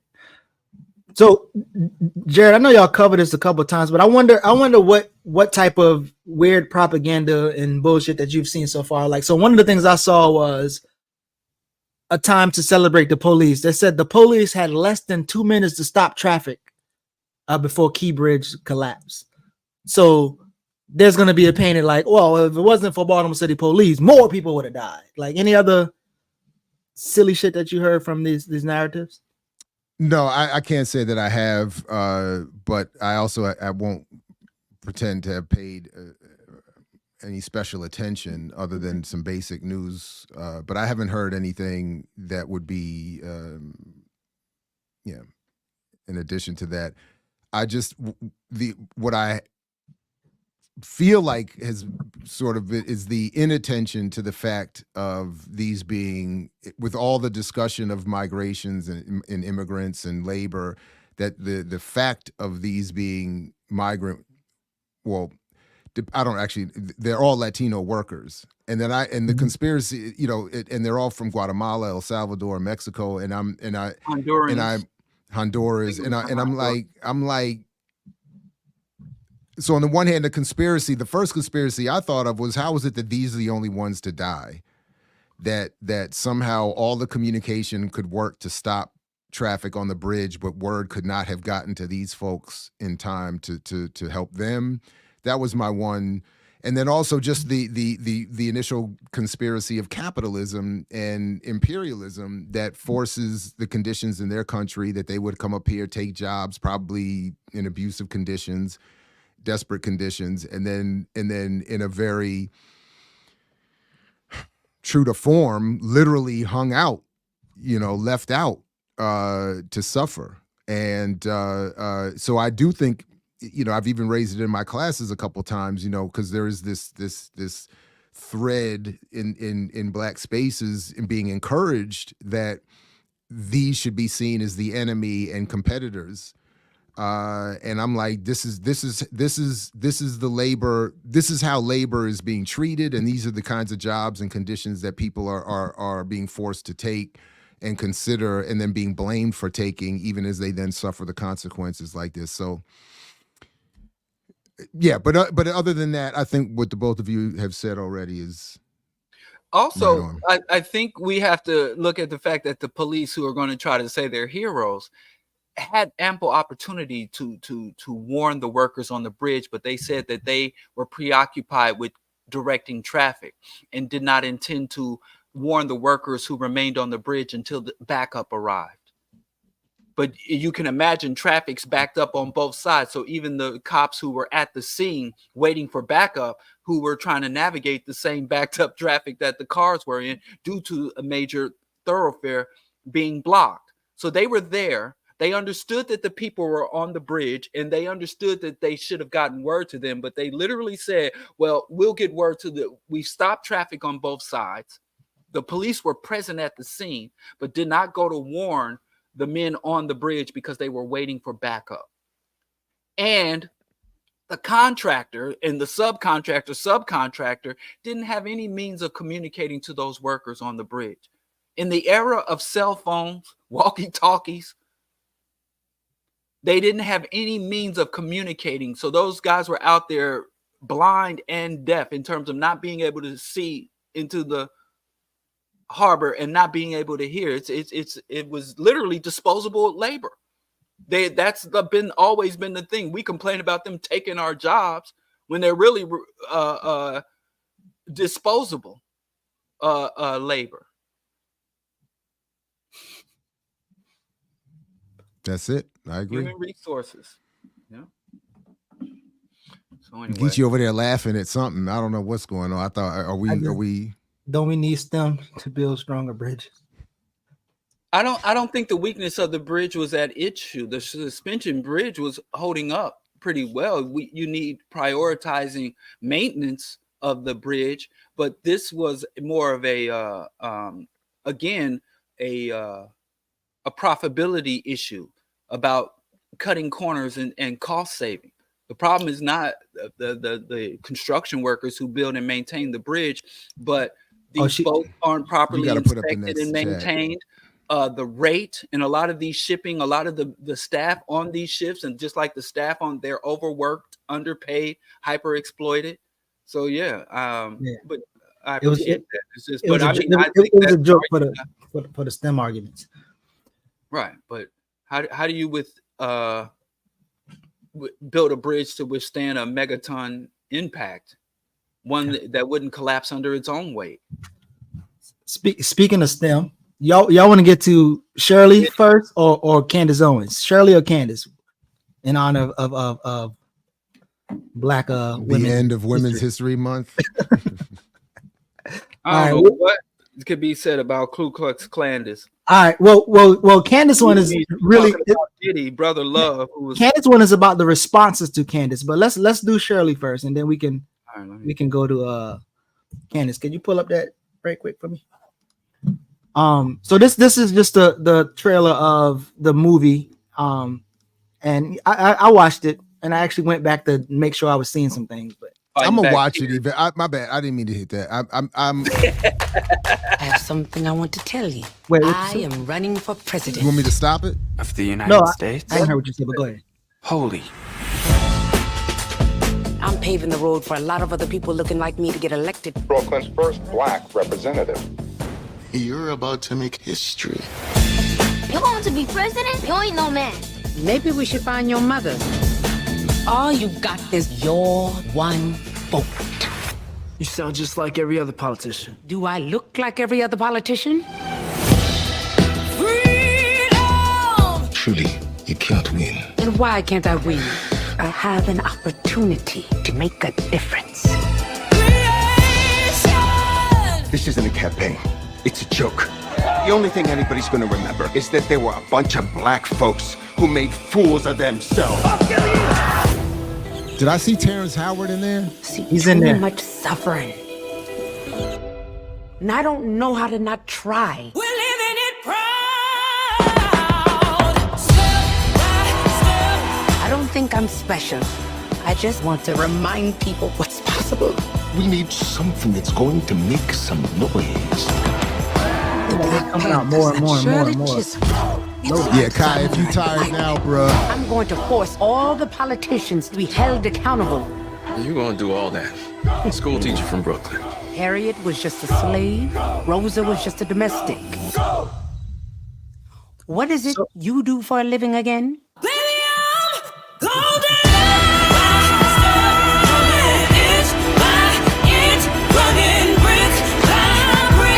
The people of America are watching us.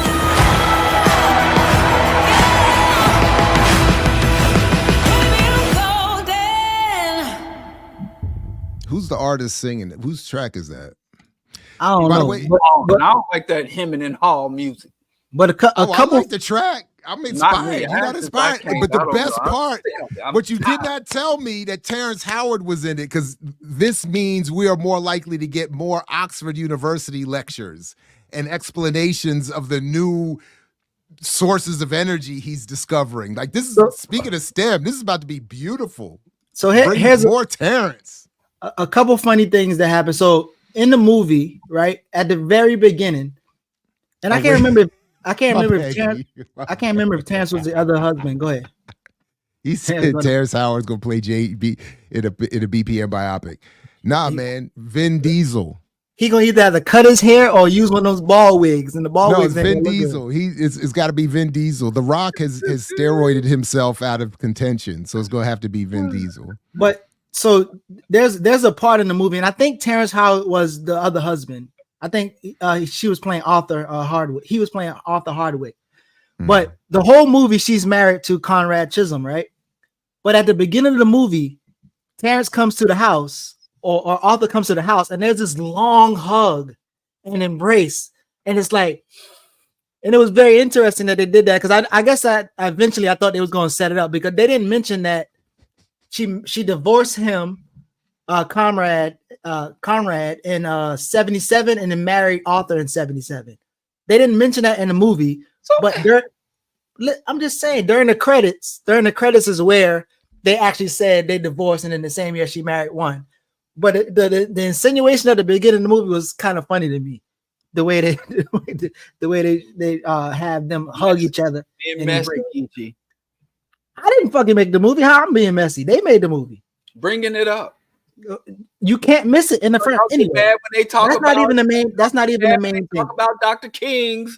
When the sisters bring up Dr. King's. Well, all I'm trying to say is that was interesting that they did that. That Regina allowed for that to be passed. Bring up. That's the only person who watched that movie. Oh I tell you, I don't intend to watch it. Okay, well, don't watch it. You can skip that part too. But I thought that was funny. I'll watch Avatar. I know I shouldn't start with that, because now Diallo gonna just derail the whole thing. All right, no, so Now this is funny, right? One thing Black about power is a Shirley myth, man. Gotta say one thing about Shirley Chisholm. Can I go first, or you want to go first? You go first, second, and third. I'll just keep it to myself. I mean, you can go if you want, but I was just trying to run through my takeaway. But you got stuck at the hug part. Dave Chappelle he got fat. Oh, sorry. Dave Chappelle got all right. So he I got think too big to play me. He got too chunky. And Boris can't play me because my wife smiled too much every time he come on the screen. So I don't. We had my bad, Geechee. Come back, Geechee. I think my bad. I'm guilty of this one too. My bad, Geechee. I participated in it. He started throwing stuff up there, snatching it down. Geechee's machinations. Nah, I think we pushed him over the edge. I think you and I pushed him. I think we pushed him over the edge. Designer hoodie. You never complimented it. So I but did go ahead. my Did part you to encourage the brother today? Now it's your chance, Jared. I don't want that for. I don't. No. That's too late. See, it's too late, Jared. Should have did it earlier when I did it. Now you can't do it. Go ahead. Somebody go ahead, man. Come on. Yeah. So anyway, as we would expect it, I think her the way in which they covered her was obviously hella liberal and shaming at some Black Panther shit. So her establishing the Black Caucus or being like a major part to that, her WIC, her contributions to WIC and different social programs is things that not really mentioned, and also her more like radical politics. So how she spoke up for Palestine, which is quite interesting because she made a statement like Tiffany Haddish made. She needed to see things for herself, but it didn't come from the same space. Tiffany said that, meaning like she kind of siding with the Israeli narrative, but she actually was more, in line with Palestine and support of Palestine, and kind of was not so believing of the Jewish narrative. So she kind of like seemed like she played both sides, but she was way more radical. And so they didn't mention much of any of that. In fact, when the Black Panther Party sister came, what's her Lee? Hold on. She's in Congress now, but the Congresswoman Lee right now was the student aide that played Shirley's kind of assistant. And she told her, like, she's more militant. She don't get into electoral politics. And she said, well, y'all young people are just yelling and mad. But when you're really ready to come do some real work, you should come over here. So she pretty much dismissed this whole idea of Black Panther Party.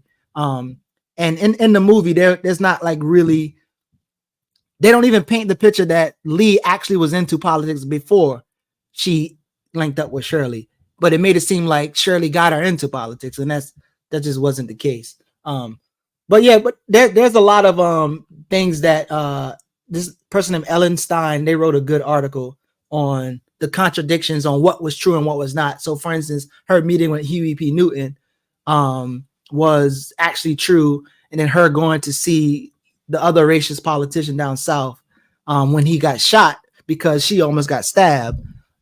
There was a couple things in there was actually true, but as they always claim that they needed to dramatize it and kind of make it more Hollywoodish, I guess. But the main thing for me in terms of like, again, how radical politics is always highlighted as this unserious, angry, yelling at something type thing, as opposed to her being the real thing. And then towards the end, when they didn't get the nomination to run, it was just like, we did our job and we did well. Not like we need to actually do this all year round and building up to it, but it's just like we didn't win this time and things like that. So this is like the hands-off, not really serious engagement in electoral politics through a Democratic lens. And I think it was, Democratic propaganda. But yeah, you can go and say your Shirley stuff, Diallo. You're muted. Even better. I think it is a very interesting part in history, but it kind of, I think that I would just, let me just say this before, because my conclusions about her, I think the documentary would better serve on her, you know, because it carries a lot more of her words and kind of fly on the wall type following her campaign and interviewing people who actually worked with her and knew her more intimately. So whenever, if you are inspired or motivated by you know, a major Hollywood production about a public, especially a Black historical or public figure, I would say either read, if they have a biography, read that, or go check out the documentary. I think the documentary was pretty well done, so you can really see where she stood. But as far as an interesting figure, very much so. But again, she was an integrationist, status quo type person, and she didn't. But go on. I mean, would you say that she I guess when you think about integration, would you say that she had more clarity than most? Because even if you look at her and I guess it's Barbara Lee, Congresswoman Barbara Lee, she was more radical than Barbara has been today. And how so? I guess for me, because of her not yielding to certain things that the Black, like for instance, she stand alone quite often. When the Black caucus will vote on one thing, she would be like, "Nah." Barbara Lee, though.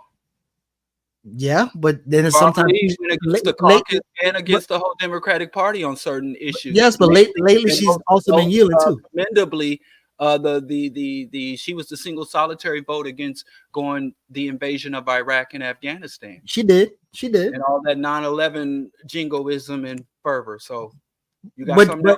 But I'm saying, but you would call her also integrationist? Like I don't think. But I don't think that. What I'm saying is I think there's a distinction. Even as you argue that sometimes, you know, the Democratic Party is different than the Republican Party. Yeah. Even within the Democratic Party, these aren't your typical Democrat. Yeah, I agree. Yeah. I mean, if I was in either one of their districts, I would have voted for them. But again, when a Black public figure or a Black person says, you know, I want to make America better, I want to give position, it is an integrationist thing. The fundamentals, the fundamentals remain the same. The foundations of America is more about Black people maneuvering and elevating within the structure as opposed to withdrawing from or subverting the structure. So you would agree with the late great Glenn Ford by Shirley and Barbara are both the best of the Black Miss Leadership class. They're one of the top of, but they're still in the Black Miss Leadership. Well, when it comes to politics and public service, I don't really say, my thing is, are they competent bureaucrats? Within the scope of their position, do they behave in a competent manner? I don't even expect them to be radical, because radicalism is, those structures are set up to stop anything revolutionary from happening. So if I'm saying I'm going to be a public official or representative, your city council member, then I only judge them within that scope. I don't really say, well, you should get in that office and then expect them to go beyond the scope of the office. So within the scope of their office, I do think that they were competent, and from Clayton Powell on down. So in terms of their positions and shit within that scope, but if I go from a larger perspective, they're part of the machine. They're part of the establishment. They work to sustain and advance the interests of the elites and the larger status quo. Yeah. Jared, what's your thoughts? I know Black Panther Party was in support of Shirley Chisholm at a point. So what was your take of her contributions? See, my first thought is I think I understand what you were saying, but I don't think you quite, to my memory, that's not what Glenn was saying about the best. I don't recall him making points about the best of the. I mean, he unless you're trying to just simply say they are the less egregiously evildoers. Is that? But I don't recall him making that kind of distinctions. That was just how I read it. How I read it. What I remember is all of them are Black Miss Leadership class, but there is distinction between what Shirley Chisholm or Barbara Lee would do. They kind of separate themselves from the but rest of the caucus at oftentimes on policy. Yeah, but, so yes, and Glenn and Letitia Stills in particular at one point had been working with the report cards, the CBC report cards. So there was acknowledgement that within the Congressional Black Caucus there were some who were better or worse than others. But the point I was going to get to, and this is my general response to this whole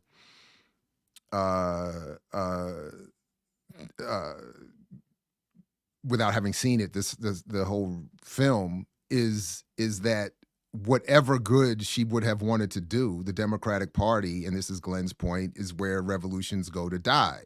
So whatever good she in her heart wanted to do, or whatever was in her heart politically, she would not have been able to do within the Democratic Party. And if my memory serves correctly, they were among the first forces to conspire against her to limit her achievements or whatever she could have done.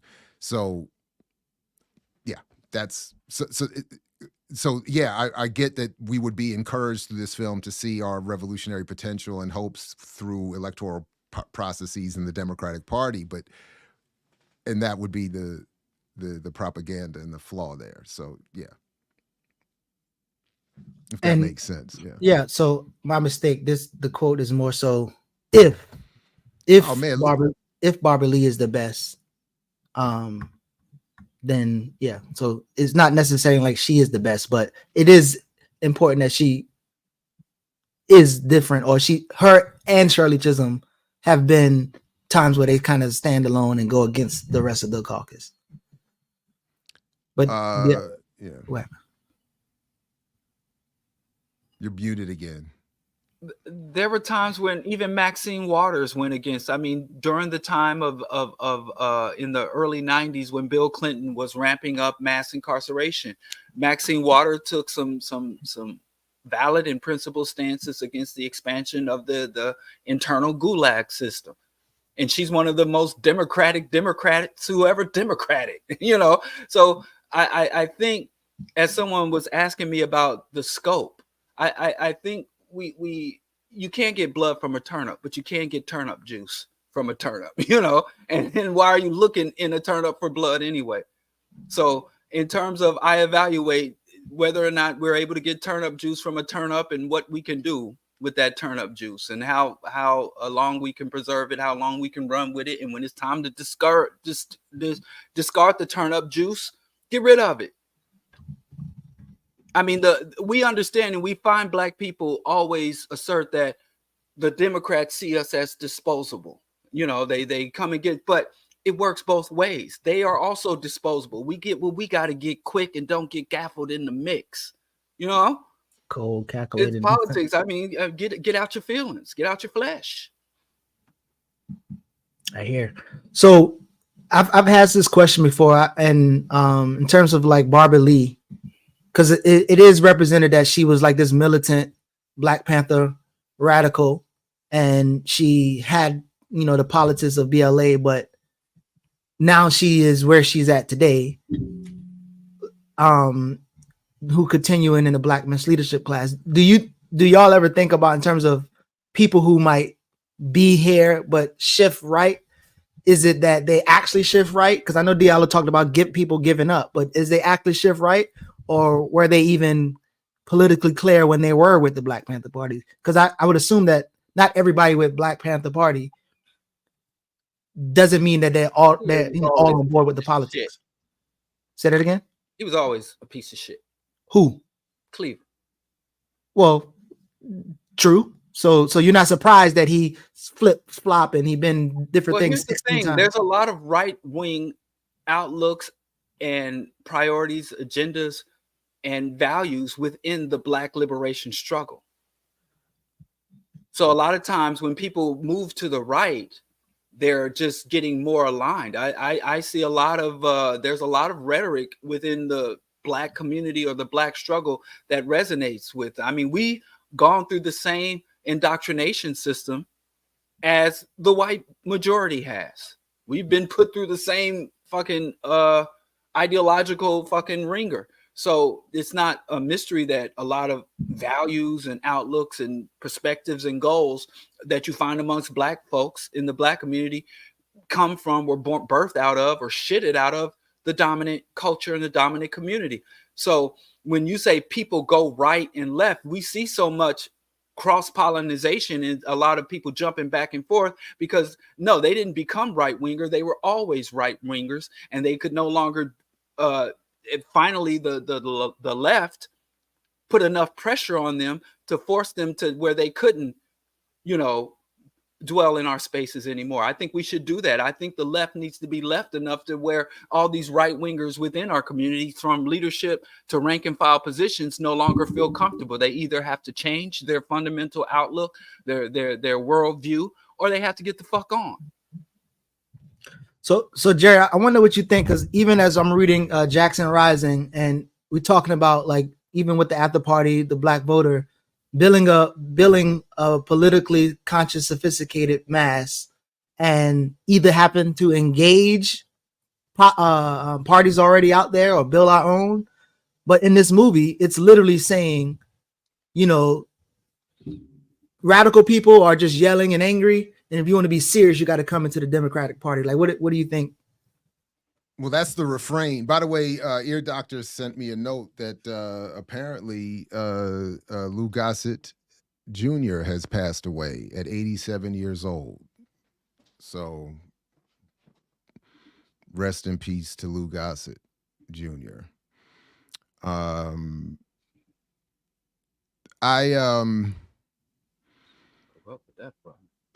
What happened? I said I grew up with that brother. I mean, loved him in The Officer and the Gentleman.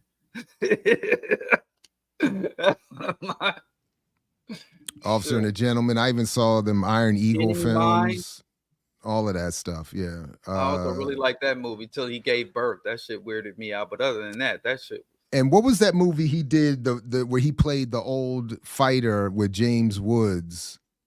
They were con men, and he was a boxer and a con man, and they set up it's actually loved that movie. Damn, what's the name of that movie? Where he Diggstown? Diggstown, that's it. Right on. Yeah. I like that movie a lot. And unfortunately, I didn't know then how right wing and lunatic James Woods would be, or turned it was, but yeah, so yeah, as Diallo said, I feel like I grew up on, I loved how he gave that white boy hell. I just hate how he embraced him at the end, but he did, so out in the mud and dirt. Like, yeah, go Lewis. Oh, anyway, wow, I forgot about some of those movies. Yeah, Diggstown. He was in The New Color Purple. I didn't know that. I didn't watch it, but every Black actor has to do something with Broadway. Something if you're not established, if you don't do The Color Purple. Right on. Lord of mercy. I thought I knew this man. Yeah, I did too. I don't think I've seen a lot of these movies. 74. My birth year, 83. Goodness gracious. 83. God damn, you a baby. Jared, come on, bro. What you was born in 70? 71. Okay, goodness gracious. Yeah. So yeah, no, man. The only thing I was going to say is that is the common refrain at this point that we're getting from a lot of the propaganda, that the Democratic Party is your only salvation, and radical politics are the playground of immaturity and toxicity. So it makes sense, and I think it's successfully causing some problems for the world, that approach, and we're going to get more of it. So Kai's saying that he's sick of these movies. We're going to get more, and now that the Obamas are involved in producing them. Were the Obamas behind that? I don't know about this one. That's a good question. But because they did that one weird ass movie, Leave the World Behind. That's how that was some weird shit. That was some weird shit. Like, I can't even get into it, but the Obamas are some weirdos, man. They need to come on back to the South Side. because they need some renewal. I heard they learned that from the South Side. That's what I heard. They learn what? The weird shit you just talked about. That's what I heard. Ain't nothing like that weird shit going on. Show me a black person on the South Side that at the end of the world you got a pistol and you walk up in your own house and sleeping in the basement of your own house with a pistol in your pocket while unarmed white folks are sleeping in your master bedroom.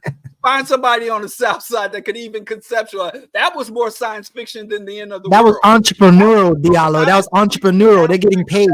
That was the most supernatural, otherworldly component. It wasn't the planes falling out the sky. That was entrepreneurial. That was the supernatural. That's what made that movie qualify as science fucking fiction. No, that's entrepreneurial. That's the entrepreneurial black elite. Huh?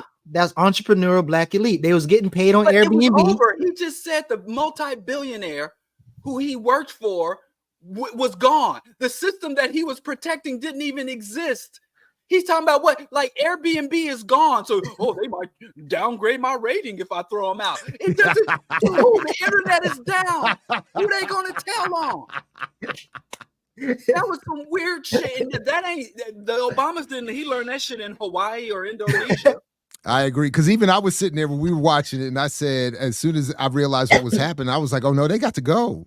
If this is my house, they got to go." I would have, like, I wish I would be sleeping in the basement with my sons, with my child. I don't know where my wife is. While the white folks are up in the bedroom. Like, hey, you and your son, you got to go. Maybe the wife too. I throw out the wife just to say, like, y'all gotta go. What you saying? You and the son, you trying to get rid of all the men? Why? Diallo, why? Listen, that was some sci-fi fantasy. That's some Obama shit. Obama will be the last man standing at the fall of the American empire. You know, he will be. That's good. That's Obama's fantasy. It's the end of the world, and I'm still serving white folks to the bitter end. You know who's gonna be next to Obama? Obama? Said, and without Michelle, like that was the other part. Yeah. Why need a Michelle? You don't need a Michelle because she all rubbing up on the Bushmen. You don't need a Michelle. She eating mint out of George Bush's hands and grinding up on George Bush Sr. while he's in his wheelchair. I would leave her behind too. If I ever caught my wife doing some mess like that, letting her chill out, man. Chill out, man. International war criminal hand feed her chocolates. Michelle, she need to come back home. Both of them need to come back home. You always got Candace Owens to be there with Obama. What is your fixation on Candace Owens? My fixation? She is our great leader and spokesperson. Just play the quick 30 seconds, but I want you to go to the comments. By the way, everybody who makes it to the Breakfast Club, that's how you know they are our leaders. That's our future. We didn't understand it, but it seems like people are understanding what you were trying to say back then. Yeah, and I am so happy to have those moments because, like, I think T.I. is a trash person. You know, I'll say that 1,000 times over because first and foremost, I had spoken to T.I. prior to that event. Like T.I. was the only person on stage that I actually knew. And for the same reasons that I met you, Kanye had put us in touch. We had talked and I know that T.I. thinks more conservatively. So he was literally putting on a show. And he was saying that. All right. So again, it's the comments that I want you to go to because the question was like, because I saw people in the comments saying, oh, she's speaking that truth or whatever. I'm like, well, if there's one thing that you agree with on there, comment that and you know let's talk through it. And Haru, there we go, right there. And then even Jackie with quite a bit, like Black America is manipulated by the media through emotion and made into Democratic stooges. Uncle Tom was the hero of the story, not the sellout. Her quick analysis of NAACP, Claude Anderson has been saying this for decades, the need for Black male leadership in the home, and that was in the first. One thing seeing that are the people, because everywhere I go, people reference Claude Anderson. Do people actually read his work? I'm gonna just leave that out there. But go ahead. Go ahead. I don't think like Haru. I think Haru probably read it. Like so. I mean, you know, in terms of cultural nationalists and people on, I think he's more sharper than those people. So I would think he didn't read even it. go over the Shirley Chisholm comments and stuff. Y'all just jump to this. Just well, actually, two segments we didn't go to the comments, but we can go back. Two comments. From the yeah, we can come back to that if you want. Because we spent a long. I know you couldn't wait to get to Candace for some reason, Geechee. Actually, why we didn't get to the comments is because of that. Like you could derail us. We've been in for almost 2 hours, so we're gonna get back to it. You've been wanting to talk about this heifer since the show started. Thanks, Diallo. And I think I think anybody that's platforming that coon is a punk, chump, sucker, and a buster, because she wanted nothing to do with y'all. When she was riding high on when she was standing on the shoulders of Ben Shapiro, when she was getting that white right-wing conservative money, she wasn't on those platforms. She wasn't dwelling in black spaces. But as soon as they kick her to the curb, Dr. Clark said, if you go over there, stay over there. So when she was on top, when she was on Fox News and Newsmax, and when she was on top of the world, and y'all keep letting these coons who not only abandon us, but shit on us, and then they get to come back when the white folks is done with them. Y'all let them come back, and I think that's disgusting, and I don't think y'all should be playing Candace Owens on this platform. I mean, what is Candace saying drastically different from a Wise Intelligence, an Ice Cube, an Ice Tea? It don't matter. It don't fucking matter. It don't matter. Well, I would think the difference. What she's saying, we know who she is, and if we want to even platform that point of view, like you said, if her and Wise are saying the same thing, and we want to critique that assessment, then let's go with Wise and platform Wise and engage with Wise assessment as opposed to Ku Klux Klandis. We got to stop this shit. People know. I know now. I could be like, oh, the left wing. I'd be like, I got into it with Jared. I got into it with Geechee. And these left wingers, these progressive, these anti-Democrats are crazy. These woke mobs, and they can cancel me. And I can go full white ring, divorce my wife, and get me a cocoa for myself, and get out here and wild out and talk all kind of shit. Talk right-wing reactionary bullshit. Wait, what? And then I don't think when he the meant white that. folks is done with me, when white folks then squaws everything ugly. they could get out of me, and then I come back to the black community. Oh, Bro Diallo has come back to well, he no longer calls himself Bro Diallo. He started going by Mr. Jefferson. And so Mr. Jefferson has returned. And he says some things. He makes some points. Why don't we know how to shun? We don't know how to shun. That's something we can learn from the Jehovah's Wickedness. How to shun people. What's the point in remaining loyal to black people and the black struggles and the black causes if the traitors get as much love and attention as the people who've shown us at least some level of fealty? What's the difference? So well, one, I agree that Wise and Candace shouldn't be categorized the same at all. I don't think that they should be. Geechee don't know no better. They shouldn't be compared at all. Born in 83. But I don't agree that we should. I mean. I don't agree that what we've done here, at least, is show love to or platform uncritically Candace. What I think is of value is that is the same thing I feel about in terms of critiquing popular media. Many in our community, whether we like it or not, many that we might want to build with, many we might want, we might end up talking to or teaching in our classes. They will have seen The Breakfast Club. They will have a comment or a question. They will be consciously or not, I think, influenced or manipulated one way or the other by those kinds of conversations. So I think it's a value that we have a public critique, even to the point where you're calling her Candace and saying she should be shunned.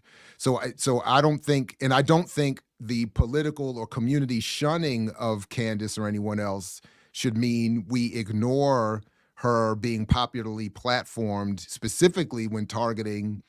So like when she was doing her Daily Wire stuff, talking to her white audiences, I wasn't paying any attention unless she showed up in a clip on R.M. Brown or somebody else's show. But if she's in a black targeted space attempting to play this role, I think we should acknowledge that and call it out for what it is, as I think you're right to do, and I think we're doing here. Which is, to me, again, it becomes interesting. So if you let Wise talk about entrepreneurship and you let Candace talk about entrepreneurship, they land in the same place. I can show you the clips to prove it. Yeah, but they're not. But I'm not saying. Listen, I'm not saying. I hear you. I'm not saying. Wow, you mad? You hardcore. God damn. Man. My bad, Geechee. I interrupted first. Go ahead. Geechee, don't do that. Hold on, Diallo. Let him finish. Let him finish. Let him finish. None of us gonna survive Geechee's standard. Geechee, come on back, man. We all gonna be in the re-education camp. Jared, did you not speak of economics? Yes, but no, off to the camps. God damn it. Geechee, come on back, man. That was my fault. I interrupted you first. I apologize. I mean, Diallo was coming. Diallo was going to do it anyway. Even when Jared do you wrong, you're going to find a way to blame me. Lord have his mercy. Lord have his mercy. Come on, because we're supposed to have a meeting after the show. So I thought, Jared right? So come on. To doing wrong, and you immediately say, but Diallo, wow. Listen, Jared is. Did he just freeze? I'm not used to this much Geechee hostility. Jared, you carry it better than me. Diallo, you on one today, my man. But Geechee, come on back, man. Come on back. He really mad because we talking about Candace. You ain't got a chance with her. You're not her. She dates her IQ, Geechee. So all this stuff you doing, these subtle messages you trying to send her, it's not going to work. First of all, she's married and she's a good Christian woman, so she ain't gonna step out. First of all, I'm too dark for Candace. So she only dates her IQ. Really, so. He doesn't have a shot. That's why he's mad. He's like, y'all fucking my shit up. I was gonna play her clip and talk about her transformation, a butterfly emerging from the self-hate cocoon. She's emerging from the cocoon Yo, to be a black comment and Diallo. I feel like that microdose went into macro this morning, my man. What is happening? Diallo, do me a favor. No, bump that. Do me a favor. Take your camera and put it down to the front of your keypad. Let me see if there's a line there somewhere. Why? Oh man, that's messed up. No, but listen, what I was trying to say, which Candace actually exposed, if you put a Killer Mike and you put a T.I. in a room with them, they're gonna convince people that they all left, but they in the same place that Candace in, and that's why she said T.I. was literally talking like this before, and then he got on the camera and started doing this wild shit. She made it to Breakfast Club just like they make it to Breakfast Club. And I'm specifically talking about black business entrepreneurship. If you, as much as y'all love Wise, if you really try to act like this dude don't sound like a right winger, when it's coming to entrepreneurship. But the difference I'm making though is, and what I heard in Diallo's point, and where I agree, is that no, the political sort of Venn diagram or whatever does overlap at this white conservative capitalist space. Yeah. But I think it's inappropriate to act like Candace and Wise are coming to that space from the same perspective. So I just wanted to draw that distinction. What I'm trying to say is that Wise... Jared, I think it's important when you hear me say land the plane. I ain't say they took off from the same place. They land at the same place. I know, but for instance, real quick. Real quick. She literally used all the black talking points that these cats be normally saying. They try to take the black man out of the home and a strong black man. She literally parroted the same thing. Candace Owens says that the black man is not in the home because of black women bestial nature. And black women aren't feminine enough. Well, I'm not finished. No, I know I didn't finish either. So the point is, she said that. She said that, but also on the show, black men are not in the home because black men want to do hip hop and drink 40s. Whereas even somebody like Dr. Foombar, who I don't agree with on most things, or Wise, and they said the black man is not in the home because it's a systemic and systematic subversion of institutions that help to sustain black people. Because of an external attack. Candace Owens claims that we're in our condition because of our irresponsible and bestial nature, because we don't conduct ourselves properly, where someone else might say. So there is. Have you never heard any of the rappers say the same shit about black on black violence and all that other shit? When you critique, When you critique somebody, it's just wrong as hell. You're just way off. Even if one person says, well, I believe we should engage entrepreneurialism, and then a right-wing fucking Nazi says we should do entrepreneurialism. Hitler was a vegan. I'm a vegan. So me and Hitler are basically land at the same place, right? Geechee, am I not a Hitler? Because he was vegan and he had some very progressive public health policies, them TB vans, the TB screening program. I worked on a TB screening and program. So I'm basically Hitler. That's wild, man. Don't do them like that. They deserve better. And then you have valid criticisms that just get blown up because you making them type of leaps. Ku Klux Candace Owens, Clarence Thomas, Colin Powell, and Clarence Thomas are not the same. Even though there are valid criticisms against both, they're not the same. Well, if you run the tape back, I never said they were the same. But good. That none of that matters because you got into your diatribe. But yeah, so rappers, T.I., whatever, has all say that Black people need financial literacy, they need more entrepreneurial grit, they need to stop killing each other. Also on the show that you said you didn't watch, yes, she said those same shit, but she also said that the government is doing that. The government is stopping from doing that. The government don't love you. Same. What I'm saying is she's on that platform doing the same shit that these other people do. That's why they're on the platform. And why we even say a Jared or you can't go on Breakfast Club. But the fact that she's on now she could be lying through her teeth and she could be doing whatever she's doing. But I'm saying those rappers do the same thing. You can see them in the room saying this and saying one thing. I mean, hell, you just said you was in the room with a nigga who said he'd do more than the revolutionaries. You just said it. You just said that. So he get more shit done with the entrepreneur and the business and the rap niggas as opposed to the revolutionaries. That's what he told you. And you agree with him. Candace Owens is a grifter. And I also think that Cuddly Mike is a grifter. But I would not put them in the same category. Like Jared said, in the Venn diagram, as far as Black politics, Black culture, Black assessment, there are quite a few overlaps. But I think someone like Ku Klux Candace Owens, White Lives Matter Candace Owens, you know, that Trayvon Martin was a thug, Candace Owens. I think that's a quite. I wish Diallo was here to argue with Diallo. Category. So even if, like I said, you can take any two figures in history and find where they might say some things, but ultimately, Candace, I think somebody, a professed white winger, a far right Christian nationalist like Kanye and Candace Owens and Kanye, I think that saying they're just the same as these other rappers, I just think that's just. Well, I never said that though. I've actually never said that. So you've been arguing for at least 20 minutes of something that I didn't say that they're the same. And I specifically, whenever you interrupt me and I got to speak again, I said specifically entrepreneurship. And then there's other points that they did it, but I've never said they're the same people. We've literally talked about the BLA political landscape where you have right of center, and left. I never said they both land on far right. So they both promote entrepreneurialism.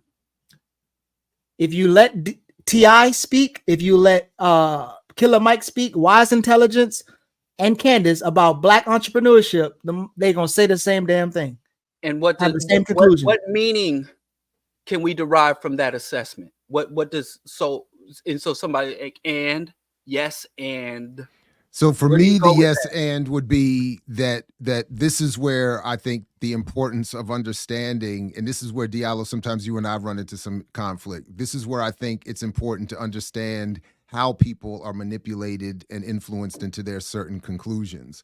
So while I am uncomfortable with the initial paralleling of any kind between Candace and Wise, I do think it's important to understand that from a variety and in fact, diametrically opposed political and cultural origins or points of departure, people can be manipulated to certain similar conclusions, all of which emanate from the most white, right, conservative, and capitalist of origins and bases, foundations. So that for me is the yes and. But I do may- think that important nuance in terms of the difference in starting point and politics needs to be emphasized, if for no other reason, to show that yes, even someone like Wise, as brilliant as he is, can be manipulated through an apparent black radicalism to conclude at a very white conservative space in that one instance, whereas Candace, emanating from a very white supremacist space, is going to manipulate her and falsify her engagement with black spaces to pitch a similar argument. The goal, of course, is the same, which is promote black capitalism so that black people don't radically organize themselves into a real threat. And this is the various ways we're all impacted by these propagandistic psychological warfare tactics. And maybe this is a typical argue against everything, but we literally have shows where Diallo and we agree that Tariq Nasheed, Umar Johnson are literally speaking right-wing white people shit. And you don't say they're the same. They're different. They got differences. True. You're not going to say Ronald Reagan and not Tupac, what the boy name is? Umar, the same. But you are going to say the motherfuckers coming to the same conclusions. And as Jared said, you know why he comes to that conclusion.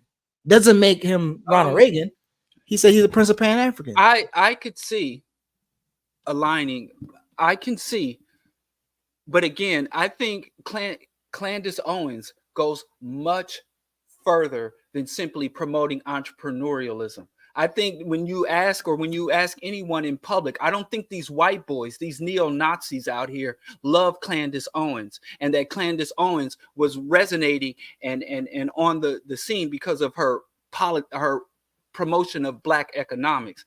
I don't think that's why she rose to fame or why she was such a prominent figure in on the Daily Wire.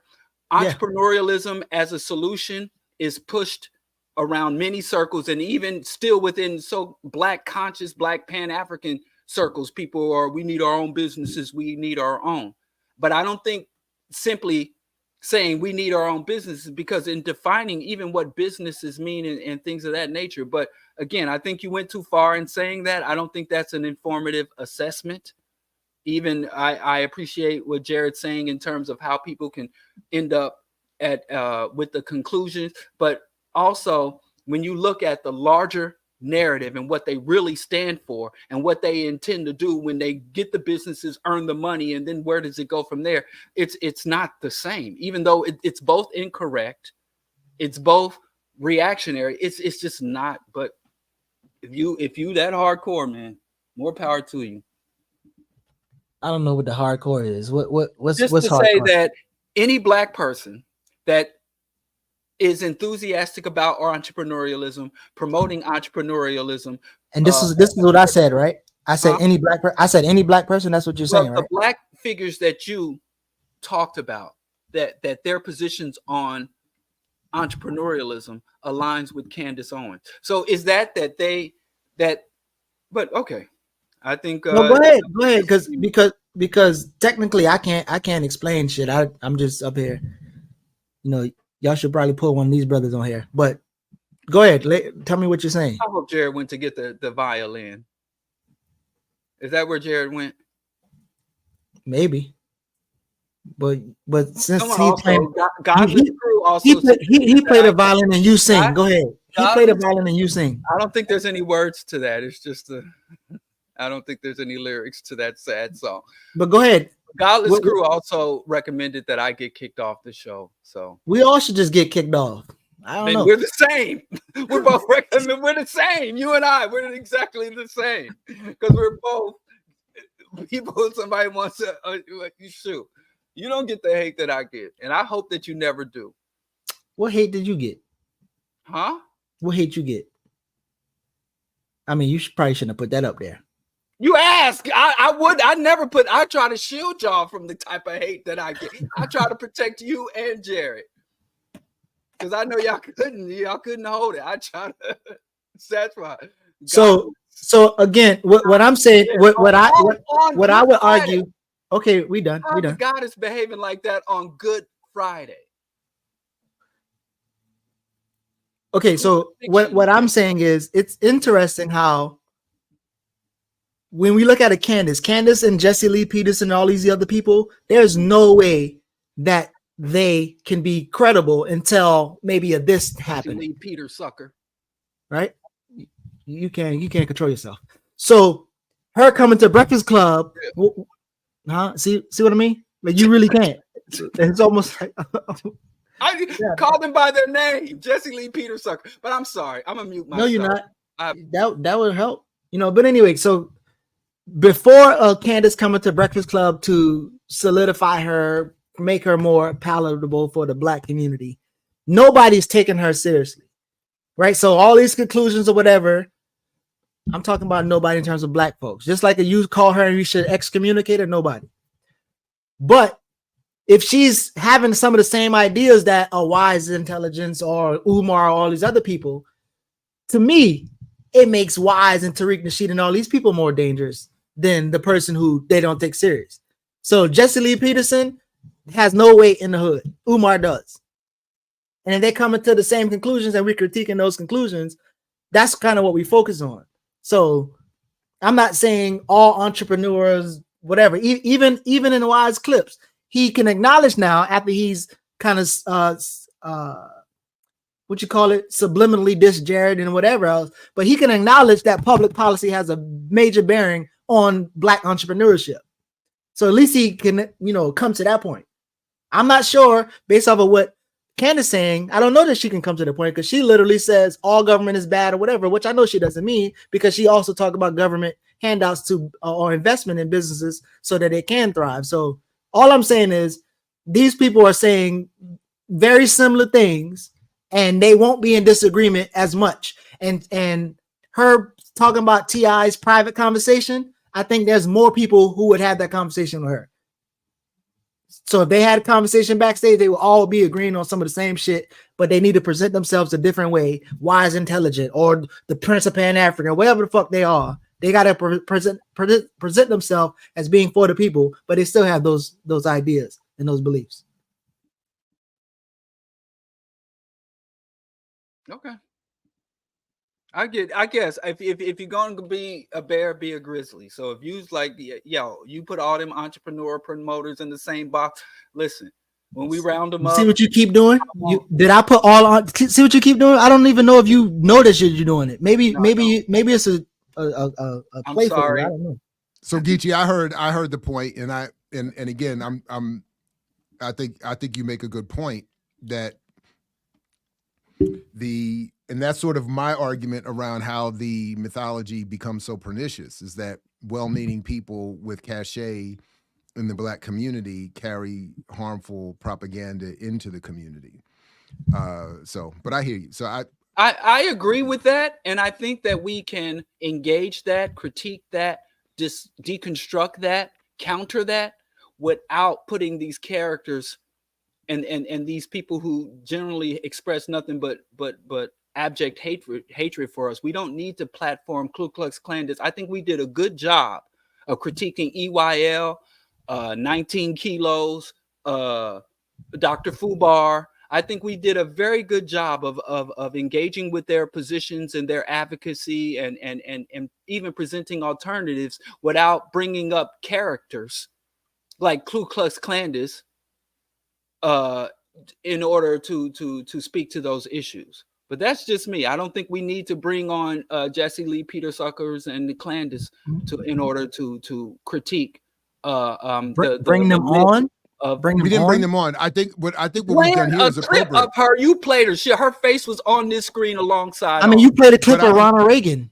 So what? I don't have a problem with that because in particular, if Jesse Lee or whoever ends up on a Black targeting media outlet, that I think, for me at least, puts them, in the lane for critique.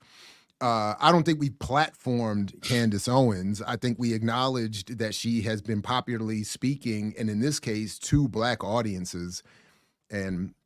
But I do think, it is almost 11 o'clock. Are there comments we want to get to? Is there another topic we want to get to? Yeah, and literally my point of playing that clip was what she said about T.I., who we would platform according to your advice. He's been on here. I never said bring on no T.I. Negro, if you just said 19 keys, that means you also saying T.I. because both 19 T.I. keys. But T.I. has been on BPM though. Diallo, you literally just said instead of platforming a Candace Owens to critique, I would bring on 19 keys, the EYL to critique. I'm sorry. You literally just said that. Well, let me restate what I said. I said we can critique those people who have surface analysis, reactionary solutions, or who don't go far enough to the left. I said we can critique them and engage them without bringing on, because to be honest, Candace Owens doesn't stand for anything. If you look at her history, remember she was woke. She's standing on stage next to the NAACP trying to sue institutions for racism and sexism. Her first venture. Well, she talked about she talked about that on Breakfast Club too. Public venture, which is why you even talk about it now. Her first public venture was doxing racists on the internet, coming up with people who say insensitive and racially charged things online to try to seek those people out.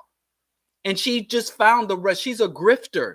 She's an absolute total right-wing reactionary grifter. From my point of view, who has said things that make her absolute and done things that have made her absolutely and totally illegitimate.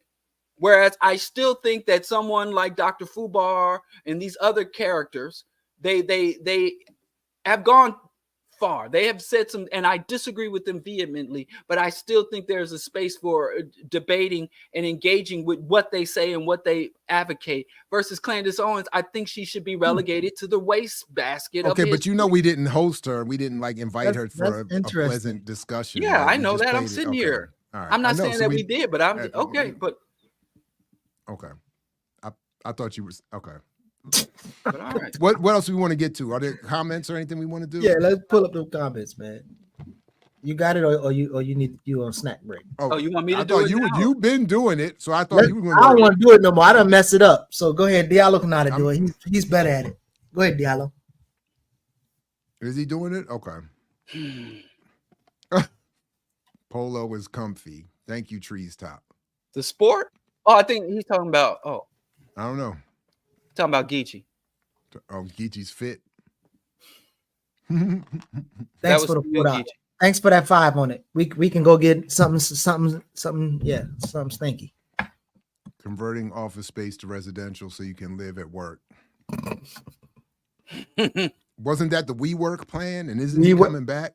Well, no, I didn't know they had residential, but now wasn't the rework was destroyed by another Jewish people, so that was the busting the myths of Jewish people stick together, because the one guy who came to the meeting with him, he said, "Tell me about this business." And as he learned everything about his business, he said, "I'm going to destroy it." And he ended up destroying the business. So that myth is bust. Greetings, EYL. Thank you very much for your work. I wonder if you could speak a bit about what you think of the new president in Senegal and also the recent protests in, oh boy, in Cuba. Peace. I saw brother Faye, I believe his name is, in Senegal, is promising redistribution and some reform. Kick the French out. He said, told the French to get the fuck out. So cautiously optimistic. Shout out to Niger for saying the same thing about American military. So what is dude talking about protests in Cuba?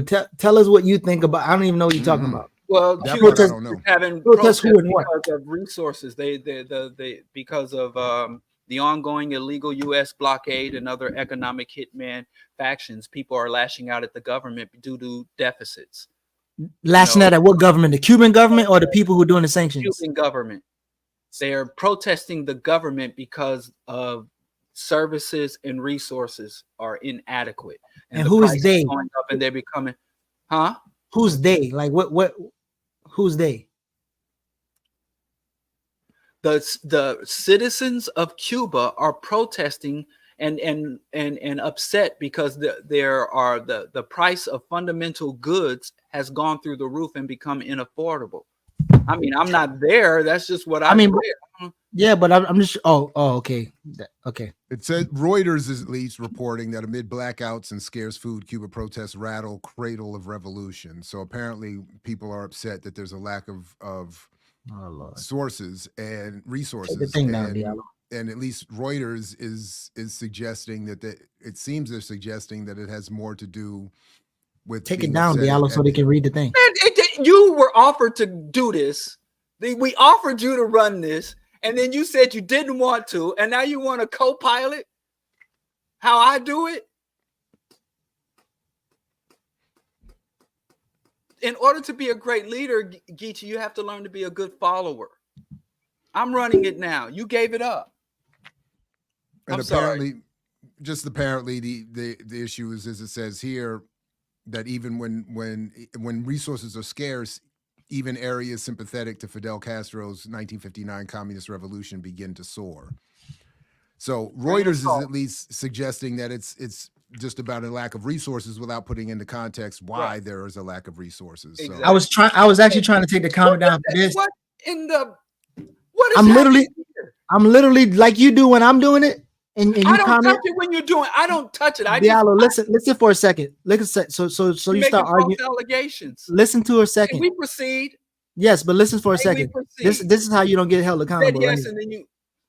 So what I'm saying is, just how you read the comments and I'm doing something wrong when the comments say it, that's what I was doing. Somebody was trying to explain to you they couldn't see what Jared had up there, so you needed to pull the What Jared Chiron was down. reading was in full view of it, with the comments still being up there. Geechee, you had All right, this. well, you gave okay, up. well, Geechee, listen, Biden is president Go now. ahead, bro. Go ahead, bro. You got it. You got it. You got it. You trying to Obama the Biden presidency? Obama. I'm in control. Y'all should have never given me this power. You surrendered it. So I determine what goes up and how long it stays up. Thank you, Kelly Jamming. Gifted 5 Black Power Media ships. Thank you. We have a new member, Vincent Bond. Thank you. Namdi, psychological warfare at its finest. I'm not sure what you are referring to because there's quite a few, but again, we appreciate, at least I appreciate you, Jared and Geechee. I don't know. You have to holler at them. Diallo hates everything except for Ice-T, Warhammer, Justin's, and his family, and Xbox. Pretty fair assessment. I don't have a counter to that assessment. switch out Warhammer for FIFA, and you got my taste down pat too, pretty much. Right. Well, I don't like the tabletop game. I love the Warhammer lore and stories, the books, and I like the Warhammer video games. So I've in fact, the main thing about Warhammer, I just don't really mess with it. I like to look at the miniatures. I follow a few Warhammer blogs where they show the various miniatures intricate. But yeah, that's a fair assessment. That's all. If that was all we had in the world. I hate everything. Oh, and Wise Intelligent. Boris Cujo is going to play. You already spoke to that. You felt that your self-esteem was too low too, and you felt that Mr. Take Your Wife, you don't want because you're your wife. Any more you want to add to that? No, I think your self-esteem is too low for him to pay you. That was basically. You go ahead. You go ahead and you got it. What? Well, since Diallo said he wasn't there. What in the bumba clot? What is this? We're going over statements. What is happening here? Who put that up there? This for the Cuba thing. I thought Geechee, we long past the Cuba thing, but I'm gonna go ahead and hand the comments back over to you. I'm stepping away. Lord have his mercy. Yeah. I'm saying, but it's all you. No, Geechee, get back on it.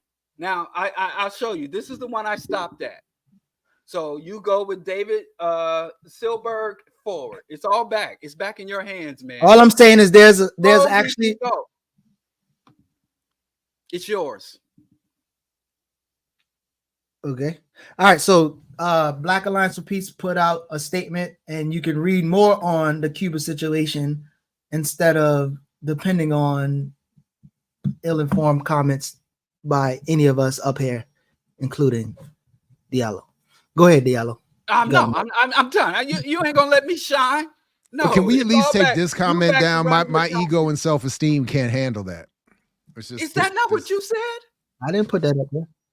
You said you wanted Vin Diesel, like modern day, not even XXX Vin Diesel or Pitch Black. No, Vin today's Diesel. Vin Diesel. You wanted what's that? Fast and Furious Vin Diesel to play you. What did I say wrong? Go ahead, Geechee. Nothing. It's all you, I'm man. saying you got it. Your assessment is perfect. Thank you. Let's wrap the We cat. can't sit here in dead air, Geechee. You got I know. it. I'm waiting. Who's Geechee, We wrapping the cat, man. That's over there enough, going man. Crazy. Diallo, you successfully bowing our air show today. You bowing us. Oh, You just- damn. Okay, but now it's back in your hands. I was No, I'm trying. good. I'm good. You bowing us, bro. We good. Not don't even know what's Boeing. This nigga bowing us today. Boeing, that's not going to stick. That's You not going to did. stick. You bowing us today. I mean, Keep saying it. It's not going to stick. it already did. Jared got it. That's all that Geechee, matters. you run the start comments, man. I'm good, man. Lord have his. What y'all got going? What y'all got going on for this weekend, man? What you Now what you you got wanna going? Saturdays disrespect with Renee people with the tomorrow. dark But comments hold in the on. super chat? ZZ Lion, contradiction of Diablo on Coon Dance. The other are speaking and thinking they are benefiting black people all wrong way, as Coon Dance actually think and dismiss black people in every way. Economy and capital, same spot. Gee. Absolutely, I appreciate that and the contribution.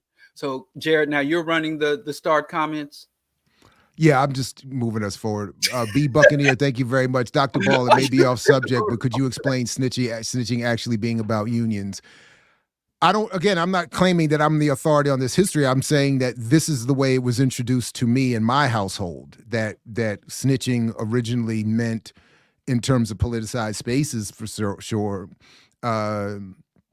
not snitching on people trying to organize unions. That's just how I was raised. So the whole snitching, don't snitch when you know someone is committing, particularly horrific crimes against your own community, I think is something the criminal class has imposed on us with support by the state.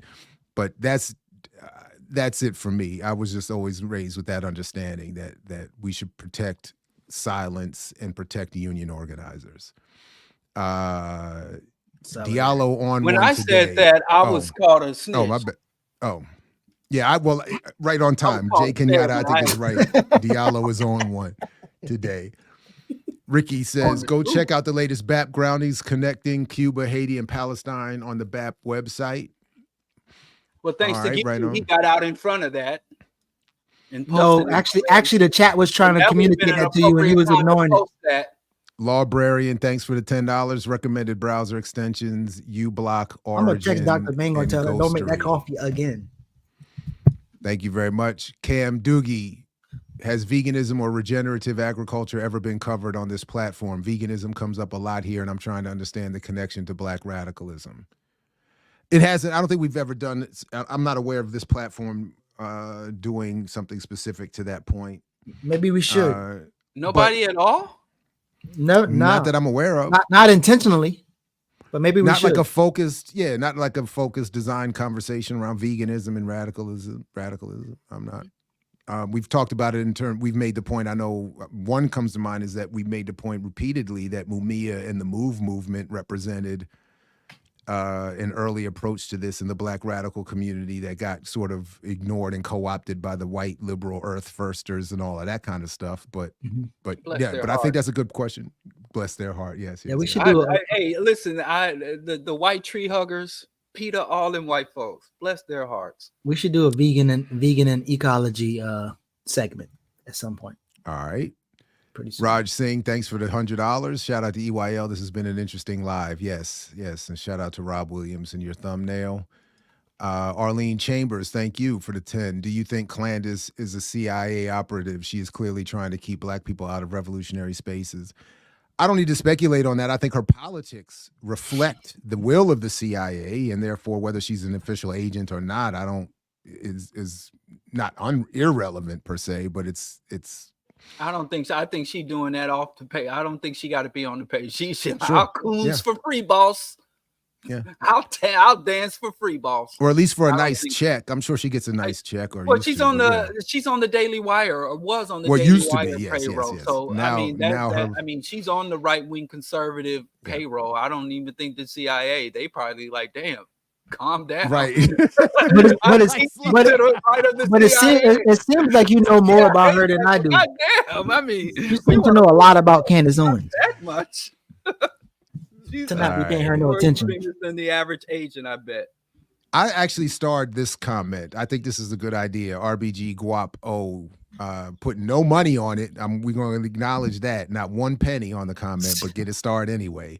The chat show, a show idea, chat show, an entire show where it's just all chat topics and call-ins, 3 hours, 18 10-minute segments. I'd be down with that. A live chat show? Yeah, the whole show is just broken into 18 10-minute segments where we just take comments and chat ideas and discuss it with people in the chat. So I'm down with that. Executive producer credit. Did we get this? Thanks again, ZZ. Geechee is right. Base on economics and capitalism only. There is more than one way to get to California: plane, boat, train, car, and walk. Coon Dance is ending up on the same spot on those topics. Thank you, ZZ Lion. And I think that's it. That's it. We made it through. Are we done for the day, or was there something else? I mean, that's 3 hours. But by the way, if you're not checking it Saturday with Renee, or you're there and you want to multitask, you can come through tomorrow, Pittsburgh Garden. We have Community Day, Community Movement Builders. Yeah, just put the show on your cell phone and as you go through the garden. Right? Sure. Yeah. They could do that. Good idea. Yeah, good idea. Good idea. Put the show on from 10 to 12. Why you out there gardening? Put your show Yeah, on. 970 Welch Street, ATLians. Come through. And then Sunday, come back for Sundays with Ear Doctor. It's always a dope show. And then you never know. Some things, make sure the bell is rung because something might be coming. Anything you want to mention, Diallo, before we get out of here? Just hope we got a couple of minutes after the live to talk about that. Oh yeah, that's what I'm saying. We got a meeting. So all right, good people. Peace, only if you're willing to fight for it, like Fred Hampton used to say. Thanks again. Please like, share, subscribe, click the bell. Catch you next time here on You got to earn your liberation.